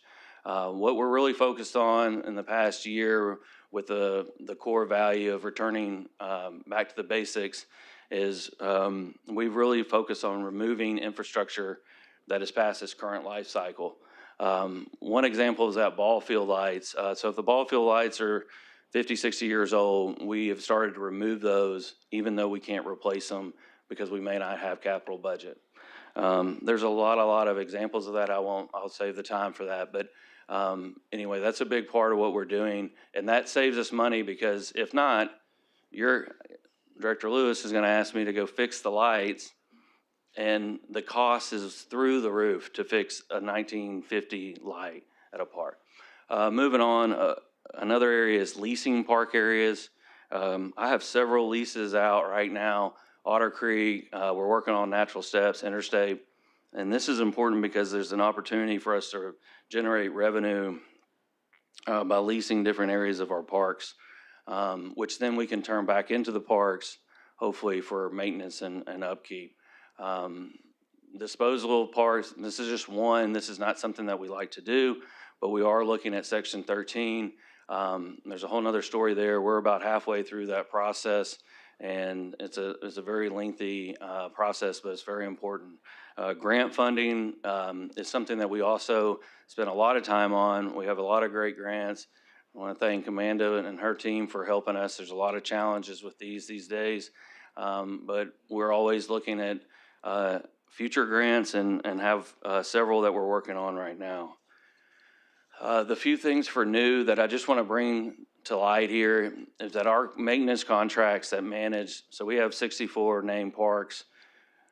Half of them are by private maintenance. So that's about 30 parks. So currently we spend roughly $30,000 a year. I mean, not 30, that'd be great, 300,000. Those contracts come due next year. And so with the cost of everything going up, that's why I put an equation up there. We feel like we'll need an extra 75 grand or something. We don't know yet until we bid it. But there's going to be an additional cost for our maintenance. We've also added to our system. So we have the 30 Crossing project. There's a lot going on there. The Southeast Trail, which is running out to our East Little Rock Community Center. How are we maintaining these? How do we just pick up all these extra acres? How do we maintain those? And so I have $100,000 in there. We have received quotes for how we're going to maintain these things. Those are fluctuating numbers based on 30 Crossing right now is managed by RDOT. May we leave that for a little while. There's a lot to be discussed there. I'm only making the point that in operations, we will always need more funding for our maintenance as long as we're still growing in some of our park areas. The work order system, you heard Willie talk about it. IT might talk about it too. We're working on a work order system. Currently, we don't have a work order system, which is crazy for a department of our size not to do that, but we're excited to, our understanding is that we'll be able to announce that we have a work order system through ESRI first of next year, and I'm not asking for any funding for that. That's coming out of our operations budget today. I'll move on because there might be some other questions in terms of projects to recreation. So in recreation as well, and this isn't going to cover golf or Jim Daly, those are separate facilities and separate divisions. All of our program and rental fees are under review, and we have just spent a lot of money, which is great, in terms of investing in our community centers. We've improved 4 of our major community centers with the monies that we had. Obviously, there's always additional monies that we could have, but the fact that y'all gave us the funding to do that is great, and that's what continues to be our focus. West Central Ball Field Complex, we were able to build a whole new ball field, and many other great projects with the ARPA and bond funding that we've had. Something to note here is that one of our, let's say, our only real public out-facing tournament is our Little Rock Open at Resmond Tennis Center. I think many of y'all have been there. We appreciate the fact that the city puts in $25,000 and Little Rock CVB puts in funding for that. But the department has been resurfacing the courts. We have to resurface 7 to 10 of the 16 different courts every year or we won't have the tournament. Like anything else, the cost of this is increased dramatically, and now this is costing the department roughly $100,000. This is just another area that I haven't asked because this is taking away. We have roughly $200,000 in an account to do improvements. If we're spending $100,000 or half of that on resurfacing courts for one tournament, that's a challenge. And so we're going to continue to do that. I believe in tournaments, and I think it's great for the city. I would like to have other facilities. I've advocated for other facilities. But for us to keep Resmond Tennis Facility at a higher level, we need to discuss additional funding for that. And that's not a one-time. That's every year. That's a hit. And we've been able to improve the facility with the lights and everything else. So it's going over really well, but we need to keep going. One other item that comes up all the time, and Director Phillips knows this, is our ball field maintenance. We cut our ball field maintenance. We used to have 5 guys that maintained all of our ball fields. That's not just interstate, that was our neighborhood parks. Our sand volleyball helped us with our tennis courts across our parks. We don't have that anymore. So we get a lot of complaints. I receive a lot of complaints about how we manage our department and our maintenance, but in realistic, we don't have some of these staff to do that. So for me not to ask is crazy. So I'm asking for at least 2 positions, which would roughly cost $100,000 for us to be able to maintain our recreation facilities. Currently, you might ask, how do we do that? We use our landscape division, which is for all of our things outside of just mowing grass, all of our flower beds, all of our bushes, all of our flower beds that are entry features. Anyway, that team is maintaining our ball fields. It's not part of their job description. Anyway, that's just something we get a lot of negative on that. Moving on to the next slide, please. I believe it's golf. So golf is, our Resmond Golf Course and First Tee are great facilities. Resmond Golf is having another, what appears to be a banner year in terms of rounds. We don't know our full rounds yet. We're at about 26,000 rounds right now. We average over the last 3 years about 38,000 rounds. We are still in the process of getting permits to do major improvements out there. And we're looking at doing a major improvement to the golf course for hole 13, how did I say 3? Hole 13, and resurfacing some of our greens. But we're using our bond funds to cover our gap in our fleet there.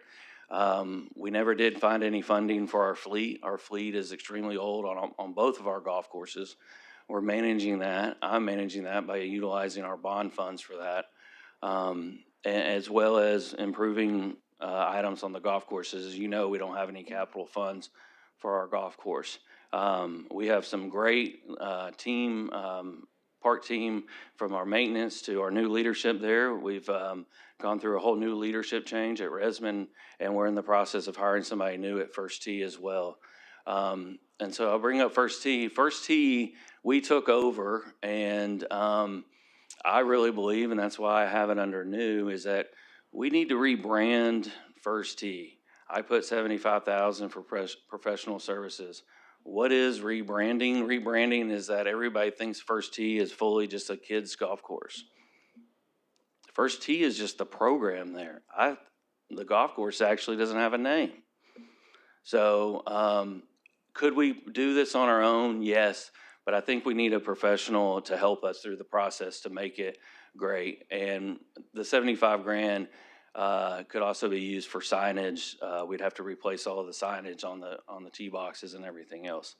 Another item at First Tee, I've mentioned this before, we have no cart pass. So we put carts out there when we took over it. We either need to put in cart pass or we need to get 4-wheel drive carts. I mean, it's that bad. And so $100,000 is not going to cover cart pass for the whole facility, but we need to start picking away at that and figuring out how we can improve that. So those are some little improvements there for First Tee.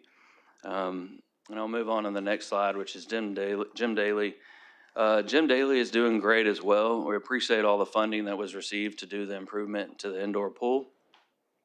I know the users there feel the same way.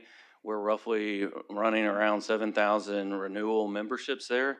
And this is one of the facilities that I don't believe we need to increase any type of fee there. I think I might have skipped that on golf. Is if we go back one, increasing the fees at Resmond. So we're right now one of the lower spots to play golf in the area. And I'm not huge on increasing the fees, but I think there is an opportunity here for us to increase the fees, particularly as we look at major improvements to the golf course. So I put that on the table for discussion there. Next slide. So, but at Jim Daly, I don't have any intention to do that. And we have a really great membership group there, and they've even formed their own advisory board, which has really helped us through a lot of challenges there. We've also been able to get all of our staff certified in AFO, which is Aquatic Facility Operators. We didn't have that before, and we're contracting out our pool maintenance, which we haven't done that before either. And then also we have a storm shelter federal grant, which we've been working with emergency management. This is to build a storm shelter at Jim Daly as well as Resmond Tennis. We have not received any, award or anything of that at this time, but that's another grant that we've spent a lot of time on working to get. And that would help us add on to our Jim Daly Fitness Center and add another space for people to work out, which is another complaint that we get that we haven't, that we need more space. We've also, Chief has gotten this recently, we've had some more questions about ADA. I believe heavily in transitioning all of our facilities to ADA. This wasn't a hierarchy in the past, but we have made improvement plans, and we have a transition plan for the facility at Jim Daly to make it more accessible. We started that process by improving the parking lot, but the next step is improving the facility. Right now, you can't get in the facility without somebody opening the door for you. That's just unacceptable, but those things cost money. Also, our equipment, our workout equipment needs to be changed. It hasn't been changed in the last 7 to 10 years, and so we're replacing one-off pieces, similar to like our golf fleet. So we're managing these things as we can, but realistically, what we need to do is find funds like this, and that's why I asked, so that we can do an overhaul in certain areas. Next slide. So the senior facility, which y'all all know, has been designed, bid, it's under construction as we speak. We're really excited to see this facility develop. It is going to take approximately a year to construct, and there's a lot of different aspects, a lot of challenging aspects of the site. And don't forget, this also includes 4 pickleball courts outside, so it's not just the facility, not just the building. But the challenge that we face is, I brought this up last year, and we didn't do anything about it, but the staffing model needs to change for that facility. I've put on here so we can see this year that we're currently reclassifying the staff that were already located at the center. But the new ones up there are new positions that we'll need to have online. I would like to have them online the fall of this coming year so that they could be ready for the new facility. But that needs to be discussed. And then there's part-time dollars as well as contract dollars. So we're adding a swimming pool. Those things have additional costs. We're adding square footage to the building. Anyway, I think y'all know and understand a lot of that, but that adds up to be, I think it's on the next slide, it's roughly like $315,000 additional to operate a senior facility. We can go to the next slide. So this is a total that I have as an ask is 1.2. I understand this is potentially a challenging year, but I have to ask for my team and for the citizens and everybody else. So I'll stop there and see what kind of questions y'all have for me. I appreciate it. Director Phillips, and then after that, Director Miller. Thank you, Mayor. Thank you, Leland. Obviously, parks is a big part of the city of Little Rock, and I know we probably all bother you all the time, so appreciate you for your work. Two things. One, I appreciate you mentioning the cutting intervals. That gives us more information because I've bothered you, and people need to understand why it takes 10 days, and I see in here maybe 14 days Right. in between just because we don't have the staff, and that's on us to address that. So I just want you to know that's received. I heard what you said. But as it relates to your budget increase, I know we've been doing a lot better this year in activating our spaces, whether it's our parks or our community centers. Does this budget number include, in your mind, additional activations for 26? Or are we expecting to kind of stay flat as it relates to the money we put in to activate spaces and program? No, I don't think it would be flat. So if I understand your question, it would be like, so the senior facility would come online and that would be huge. Yep. And that would be a whole additional user group. Yes, we have senior facility now, but with this kind of dedicated facility, that would be more people. And all of our programs, they do have an increase in there, but that's part of why I opened up with saying we're only doing numbers through July, right? The challenge is depending on these numbers, like we want to bring back adult softball at Interstate, but it's challenging to say that we want to bring that back. How do we maintain it? You know, and so if you're showing up out there to play adult softball and it's not maintained, do we want to have that? And so it's depends on the funding that we receive or don't receive or where we change things. You know, and that's why I have been studying since the sales tax haven't passed. What can we do to generate money? How do we get sponsorships? How do we get grants? How do we get other revenue if we're not going to get it from our traditional revenue sources? So I'd say yes, but it depends on how we're funded in those things. Yeah, what about staff? Do you need additional staff to program and activate spaces? Is that included or no? It is included. So I mentioned in there 2 additional staff. I'm not even going all the way where we used to be with 4 staff out at Interstate. We have 1 staff member that looks at our West Central Ball Field complex. And so what we wanted to do is take 2 additional ones. We'll put them in a truck and they'll do West Central and Interstate, and then they can go into the neighborhood. So I mean, right now, I didn't mention all the projects that we're working on. You know, Reservoir is one of those projects. We're in the process of building a new ball field. Okay, when that ball field comes online, we're pulling staff that are supposed to be out planting flowers and doing other things to go line a ball field. And essentially what happens is we have a lot more turnover because that staff will come and say in our work order meetings, I didn't sign up for this. This isn't my job. And we can all say, well, it's other duties assigned or however we want to say it. But ultimately, at the end of the day, they were hired to work on Main Street, make it beautiful like it is today, or do flower pots down Clinton or whatever it is that they wanted to do. And so guess what? They eventually leave, and so we have a higher rate of turnover. So Yeah, I appreciate the challenge and understand it. So thank you for that, Director Couch. That's all, Mayor. Director Miller, then Director Webb. Thank you, Mayor. Leland, thank you for the presentation, man. You have a real tough job. I know we've talked about it. Tell me your 2026 budget as it relates to Dunbar Community Center, Nat Hill Community Center, Stevens Community Center. Do you have programs after hours and Saturday hours? Can you tell me about your budget as it relates to having those facilities open on Saturdays and after hours during the week? right. So they are open after hours currently during the week. What time? Till 8, 9, depending on different programs.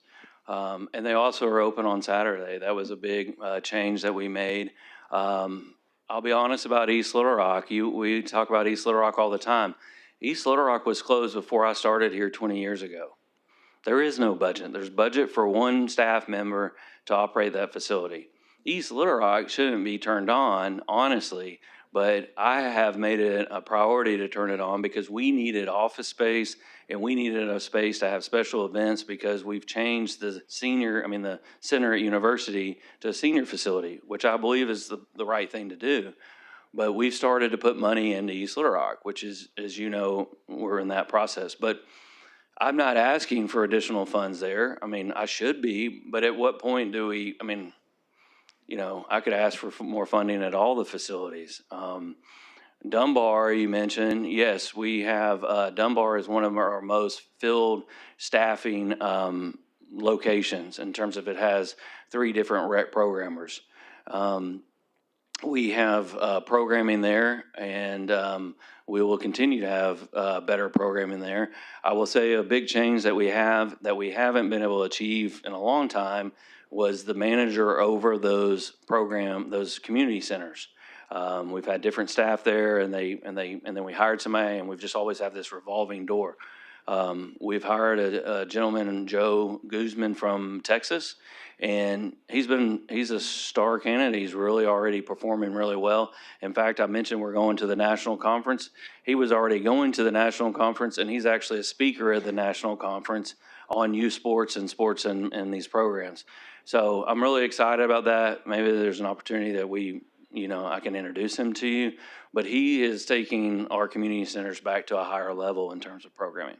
Okay, thank you. And as far as funding opportunities, let me get pretty specific here as it relates to, say, Central High School and their girls softball team. They had talked about maybe an opportunity to go to Interstate Park. Right. Do you look at something like that? Have you budgeted for those type things? Can you talk a little bit about that? Right. So we have a lot of different agreements with different individuals or different organizations. Some of them are more or less handshake agreements of just because there was nobody using that field, and until we get it figured out, you can mow that field and utilize that field. My understanding is staff worked with a deal out with Central to utilize one of the ball fields at Interstate, and they help us maintain that ball field because of that. I don't know the nuance of all that. I'm in a process. I mentioned leasing Interstate. There was a group that reached out to myself and said, we would like to lease a section of Interstate. And I said, well, we have a lot of different programming at the ball fields. And he said, well, I have no interest in the ball fields. I have an interest in that old soccer field over there. So I said, well, yeah, nobody's programming that. So, we program it some, but all of our leases state when you're not utilizing the field, similar to our United Soccer leases over Natural Step and Murray, when they're not using them, we can use them, or the public can still use those spaces. But that's one of those ones that we're in the process of working on. But I have a goal to continue to do that, as long as somebody doesn't tell me, no, that's not the thing. The mayor and I have spoken about it, is we want to figure out ways to do sponsorships or work with others or partner with others to utilize our spaces. If we don't have the funding to do it, we don't want it to sit vacant and other people not use it.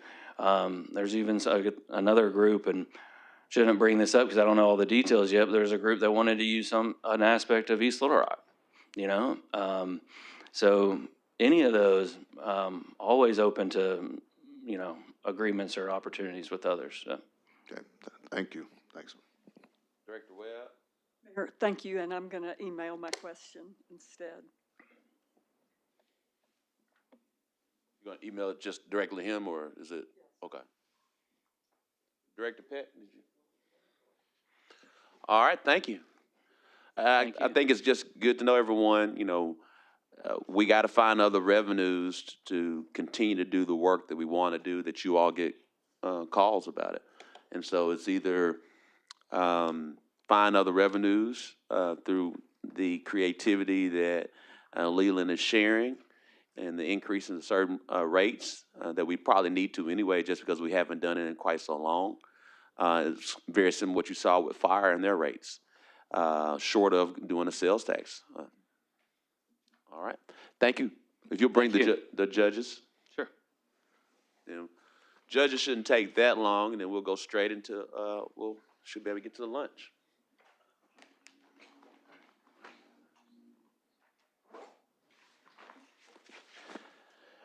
And Joyce, if you ask all the judges just to come in, please.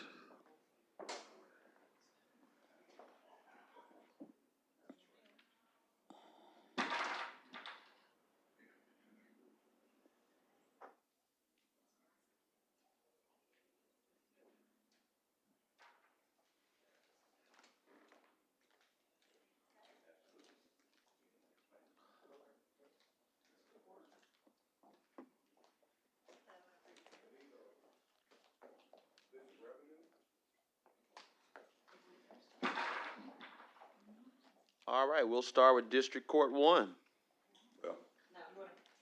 Y'all don't want to? Well, we got the schedule. What's going on? This is the first time I can actually tell a judge what to do. We got it on our calendar as criminal. Do we not want to do that? I want to always oblige a judge. Do we not want the criminal to go first? Environmental wants to go first. Is that okay with the criminal? I always want to oblige a judge. All right. Okay,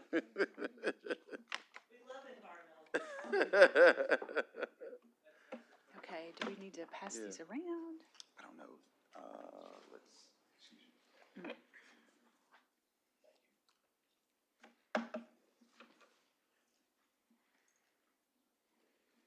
Okay. You ready? Yeah. Okay, first of all, we would like to thank you all for the opportunity today. This is the first time we've been invited, so we're very thrilled to be here, so thank you again. So I am Amy Sinks, and I'm the court administrator for Environmental Court, and this gentleman needs no introduction. You all know him. But we're representing Environmental Court, and that encompasses, we're a third division, which encompasses Environmental Court, Civil Small Claims, and Camac Village. I don't have any kind of prepared statement today. I worked really, really hard on it, and I woke up this morning and I thought, I'm just going to speak from my heart today. So I did bring an outline, so I make sure that I get all my points, but the only thing that we're really asking for are raises for our staff. We need to do a better job of rewarding loyalty, dedication, and hard work. And so you ask, well, how are we going to do that? So the state legislature passed a law in March, Act 371, that shifted the responsibility of cities and counties of paying judges' salaries to the states. So we already budgeted almost $22,000. It's in our 2025 budget that we would like to move forward to our 2026 budget to help assist getting those salaries raised. The starting salary for the city of Little Rock, I know that everybody hangs their hat on that, you know, the lowest pay is $15 an hour. Well, we have people that have got experience for over 20 years that aren't even making $20 an hour. And we haven't had a cost of living raise since I've been here for 13 years. And we've got single moms and a single dad on staff.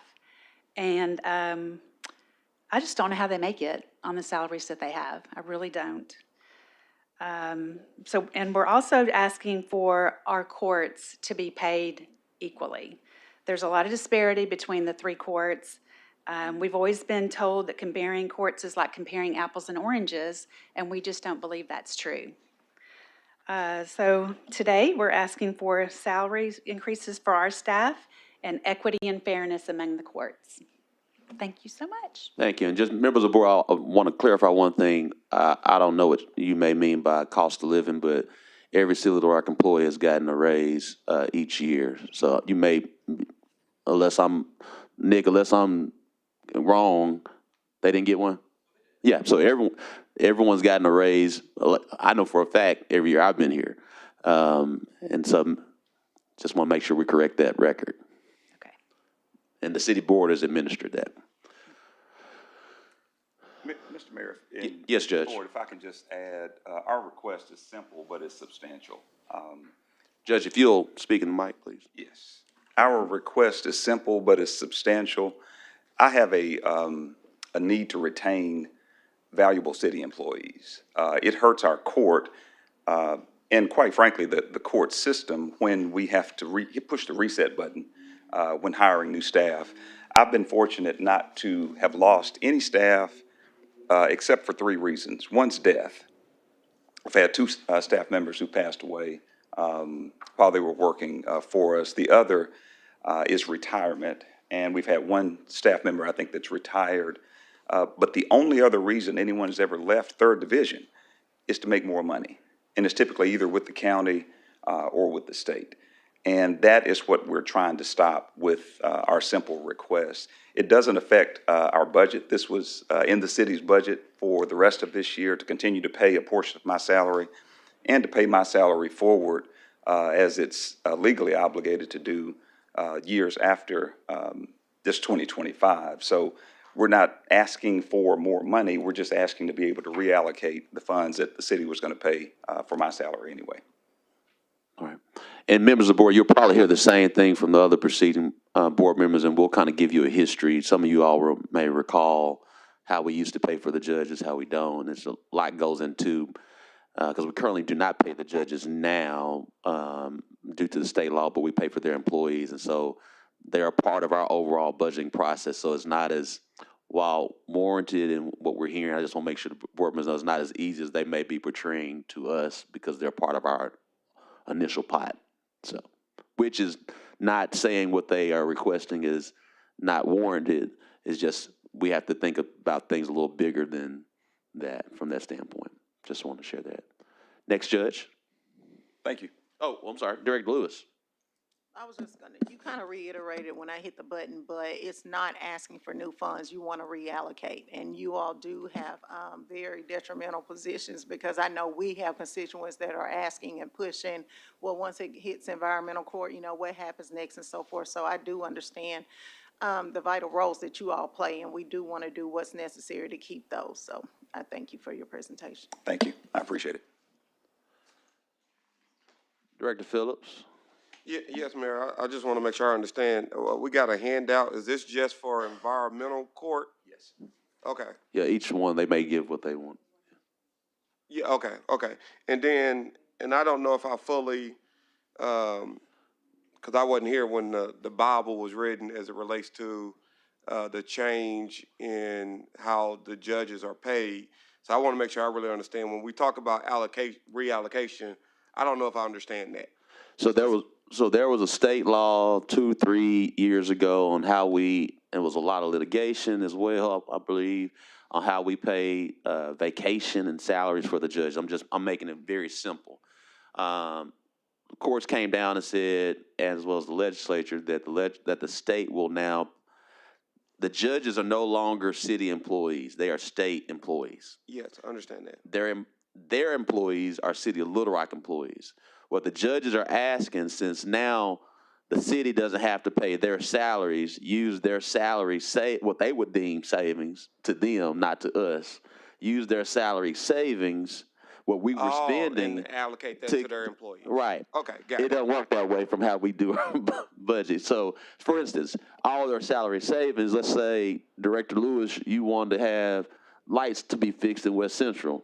If we have any extra money, guess where we're going to get it from? Any savings we have. Well, so we would dip into the larger pot, which the judges would be a part of that pot. And so as you ask for different things, as Vice Mayor Wyrick, Director Webb, we kind of take, so it's not as easy as everyone would want to say. So that doesn't mean we're not going to do it, but it's a challenge, because that salary savings that we were paying for the judges was part of the overall pot.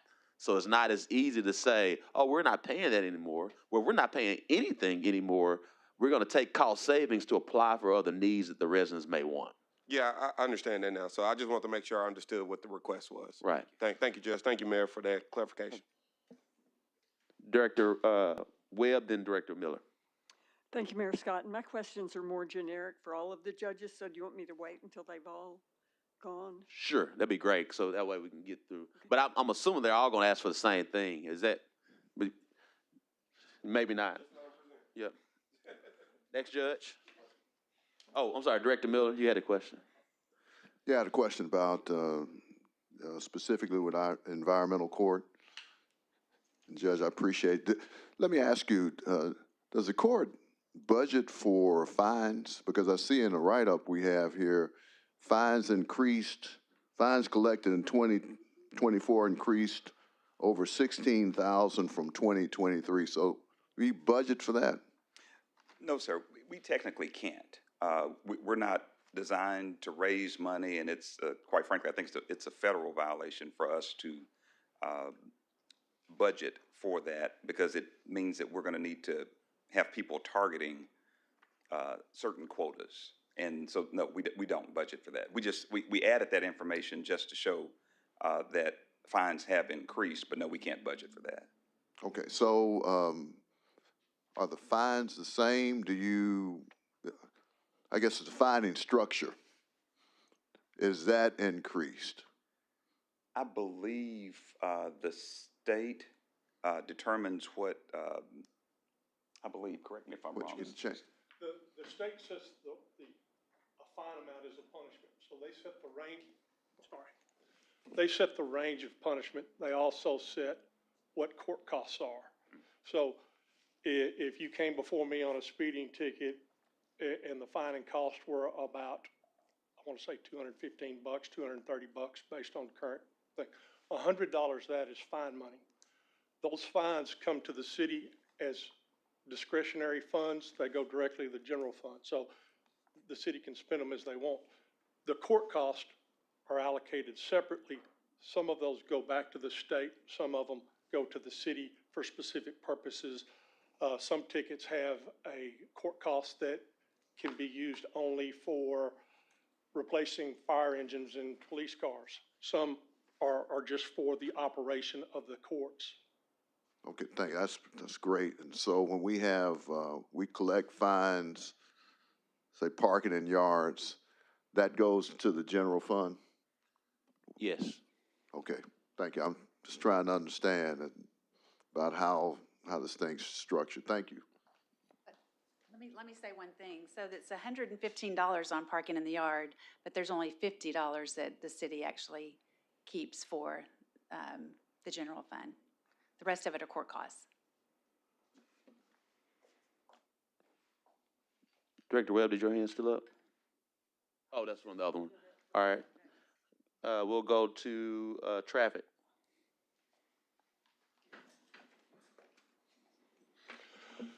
The mayor is correct. My request is similar to environmental court. Let me introduce myself. My name is Herb Wright. I've just started this position with the city. I spent the last 16 years over in circuit court. And so far it has been a wonderful experience working with the city. Traffic division specifically, this is the largest traffic division in the state of Arkansas. Last year they ran through about 14,500 tickets last year. And in order to do that efficiently, because that's, if any one of our citizens are going to end up in a court situation, traffic's the most likely place. So the city wants to certainly make sure that we accommodate the citizens as quickly as possible so they lose as little time with work and other things. And we have implemented programs to make that a more seamless process. More of our offenses can be taken care of online or through the window rather than having to come and sit into court. One of the other issues that was prevalent when I started was officer overtime, sitting in court waiting for their case to be heard instead of being on the street or off duty if they were off duty. Since January 1, no officer has had to sit in my court for longer than 1 hour waiting for that. So we're respectful of all of the resources for the city and try not to abuse those. In our specific situation, we have employees who are making less than some other similarly situated court employees, which makes the three of us compete for the same, we're competing for the same group of applicants. So if one's getting paid more in one division instead of the other division, they're going to go with the money. Our courtroom administrators who are here with us are treated as department heads or at least assistant department heads, but they are not being compensated for that. Pulaski County pays their positions at about $80,000, which is much more significant than what the city of Little Rock's paying them for the duties they're doing. For our budget, we're not asking for more funds than we got. We have cut, where's my note at? the budget for Second Division has two aspects. All of the building, security, fire, alarms are all run through Second Division. So the building budget is $122,743 out of our total non-salary budget of $220. That's an increase of $5,244, which is directly related to a contract with the security firm. Our departmental budget, we have reduced by $97,969. $297,000, not that much. But the money that we're asking to reallocate is all coming from there.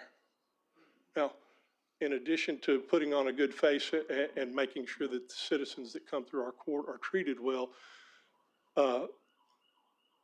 the other thing that we have, I lost my track. I forgot where I was going, sorry. Oh, what we do bring to the city is income flow. As I said, there are two aspects to our fines and costs. The fines are unrestricted funds that go to the city general fund. Second Division alone supplies about $90,000 a month to the city general budget. There is a change under legislative act that just went into effect, so they're changing up the allocation of court costs, and I'm not clear exactly how that's going to affect the budget, but we also provide restricted funds fairly close to that amount on a monthly basis. I have tried to keep the board and the mayor's office informed as to what we do by doing a little quarterly report.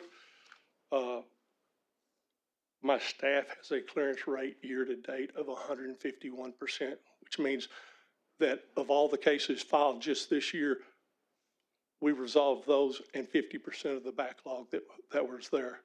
I'm working these folks as hard as they can be worked. But turnover is going to be a problem because there are jobs with other courts in this county that pay more and require less work. And when we lose that institutional memory, it sets us back, which slows everything else. The other thing that we have tried to do is partner with other city departments to help them out. Parks and Recreations was just up here. I've contacted their volunteer coordinator. We have people that go through courts that can't afford to pay their fines and costs and ask if they can do community service, and we're trying to direct as many of those folks to the city departments that need that help as we can, and we're working through that process.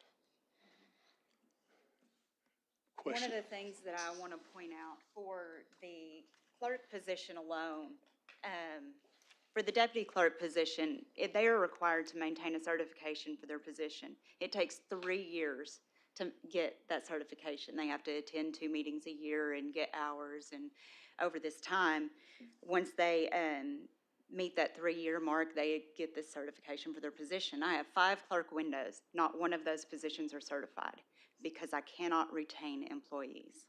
And the number one reason that they leave is salary. And that's what our biggest pain point is. It is a huge liability to the city to have clerks in a position that requires certification that we cannot get because we can't retain them long enough. All right, we'll now go to criminal.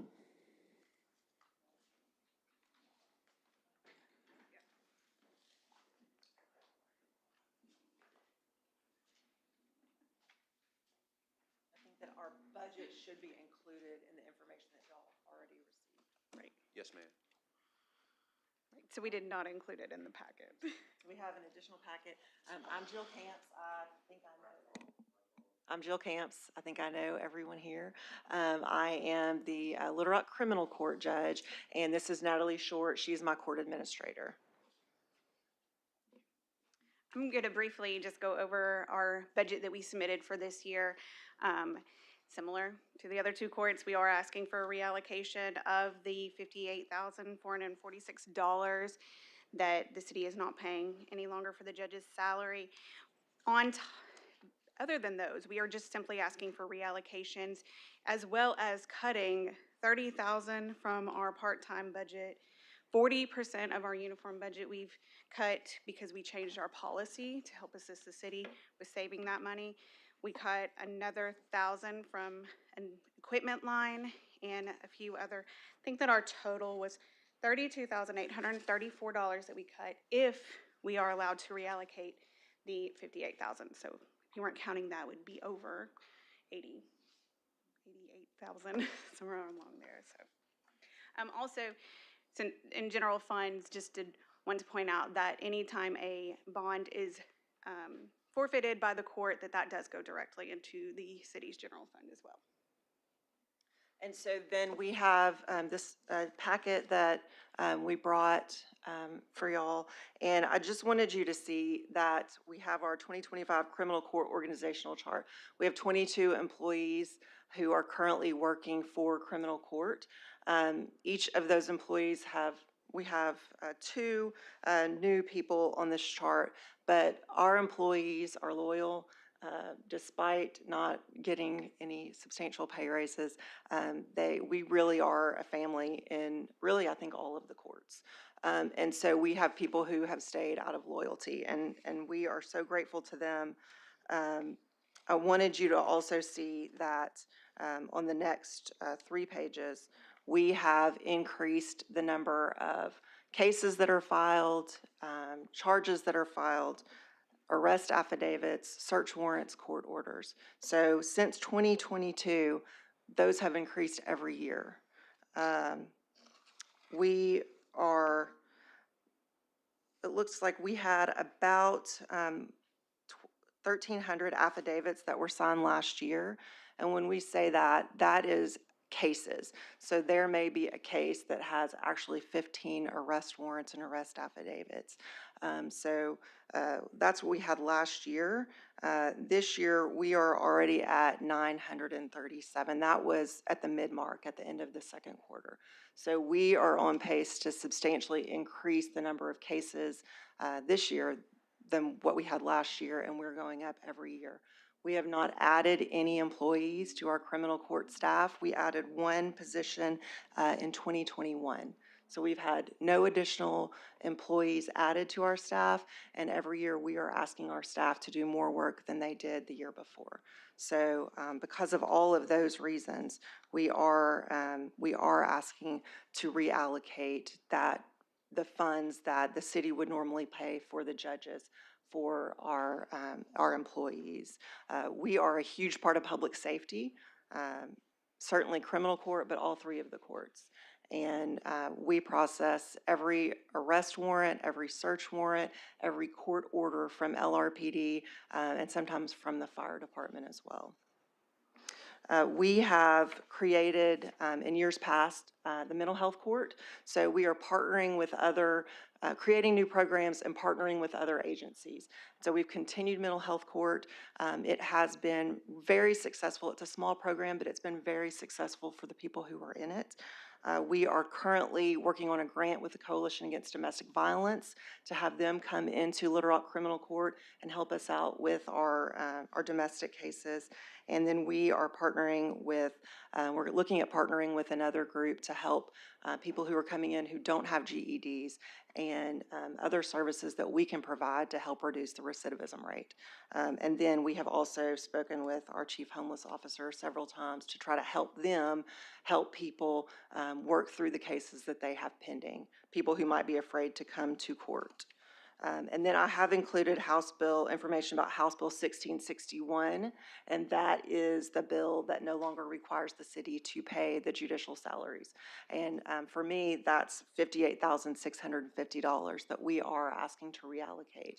I think that our employees have gotten an annual raise of approximately 1.75, I think is what it was last year. I know that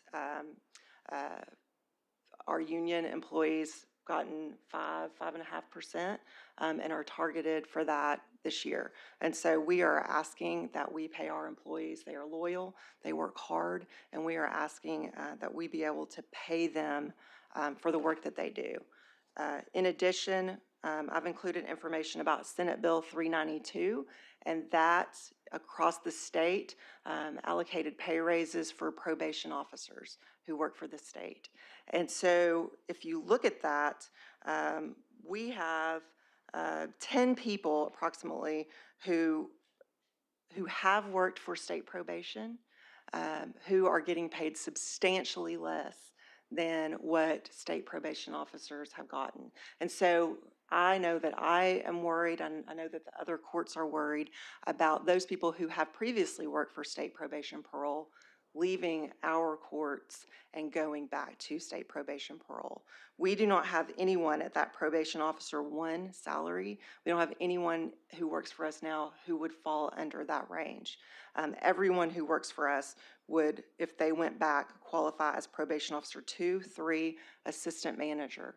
And those 2 people that we have that would fall under the probation officer 2 salary range, if they left right now, would make a $10,000 a year pay raise. Our people who fall under probation officer 3 are looking at somewhere between $15,000 and $25,000 pay raise if they leave. And so far, the only reason that they've stayed is out of loyalty. We've got to pay them what they deserve to make. They have at a minimum of 2 years of experience, and we have one employee who has worked for the city for 40 years. Our employee who has worked for the city for 40 years makes $54,000 a year. We have met with the city, the courts, several different times to talk about our court administrators who are doing the work of directors and deputy directors. And I think that we are in agreement that they all do have different responsibilities, but if they were bumped to deputy director positions and paid accordingly, they should be paid the same. We should have equity in those positions. And so we have asked for that. We are continuing to ask for that. And the last thing that I included in the packet is the 2025 City of Little Rock holiday calendar. I know that this is a big ask, and I know that it affects everyone in the city and not just courts. But I want everyone to be aware that our employees do not get the day after Thanksgiving off as a holiday, and they do not get Christmas Eve. The state, Pulaski County, North Little Rock, Sherwood, and Jacksonville all give their employees the day after Thanksgiving and Christmas Eve off. But the city of Little Rock does not. So I'm asking for y'all to consider that when you're looking at the budget. I'll go ahead and answer. That's not going to be included. It costs there's a big difference between the state and the city. So I don't want to even start that discussion. Some huge difference in their budget. And so we got a number of different holidays that the state don't have as well. And so I just want to make sure we're very clear. I appreciate that, but we're not the state. And so I want to make sure we're very clear on that end. Director Phillips, but appreciate the question on it. Thank you, Mayor. And this may be for Judge Wright, but I don't know if it applies to everyone. I saw in your packet that we're cutting, the fax line is going to save us $20-something thousand. We had a line item telephone and started looking at it and go, why are we spending this amount of money on telephones? And so we started digging it. And for a while, I assumed that all of the building's phones were run through and that's not the case. We talked to administration. They didn't know what it was from. They weren't getting detailed billing from AT&T, and it turned out it's a fax line that we had requested to be cut off before I came on with the city. And I appreciate that. What I'm getting at, do y'all share that, or is there one for everyone where we can cut them for every court? I don't know if I don't know if you guys have got a fax line or not. Yeah. Oh, okay. So it was just you. Okay. Yeah. That's what I was trying to get at. Obviously, great work catching that. That needs to be gone. But if it applied to the other courts, I was going to make sure that we were doing it there as well. So I understand what you did, and I appreciate what you do. And I'll say this too before I pass the microphone to the judges. I understand the challenge. Obviously, from a city standpoint, the resources are finite, and I know we got employees that could make more other places. Y'all made that clear, and I appreciate their loyalty. But I also think it says something about the people leading those departments that people are staying there. So I just want to publicly thank y'all for the leadership, where it's a place where people remain there as opposed to going somewhere else. That doesn't excuse that we need to try to figure something out, but I just want to acknowledge that those kind of things are a reflection on the leadership in those different courts as well. So I want to thank you for that. And thank you for the recognition, and I'd like to take that credit, but she brought it to my attention, and she did all the hard work in trying to track this down. Well, and well, it I'll took a give lot. you the credit. I'll give you the credit. Thank you. That's all I have, Mayor. All right, Director Webb. Mayor Scott, and I have several general questions and a couple of specific questions. And I do think it's really good to have y'all here today. I'm glad you came, and it's good that we can have some interaction with y'all and with the people who lead your departments. And so on page 84, it says 2025 year-to-date, and I just wondered what that year-to-date, is that like a couple of other departments in year-to-date through June or year-to-date through August? Are you talking about the? No, in the budget book. Oh. And that, I haven't had a chance. Let Nick answer that for you, Director Webb. Most of them would be through the end of June because we asked the departments to submit their Through budgets. the end of June? Yes. Okay. And then I have a question on page 87 in the budget book. And this is a technical question, and Judge Leverett, it would be for you, because parking in the yard is a big deal to a lot of my constituents. And it says that cases with no dispositions that are over 3 years old, et cetera, and then dismissed on statute of limitations. And so does that mean they were filed several years ago and kind of nothing's happened, or what does that mean exactly? That I don't know exactly. It might mean that there's been a warrant that's never served, that a person has failed to appear, that we haven't been able, the police department hadn't been able to find in order to bring them before me. Okay, thank you. And now,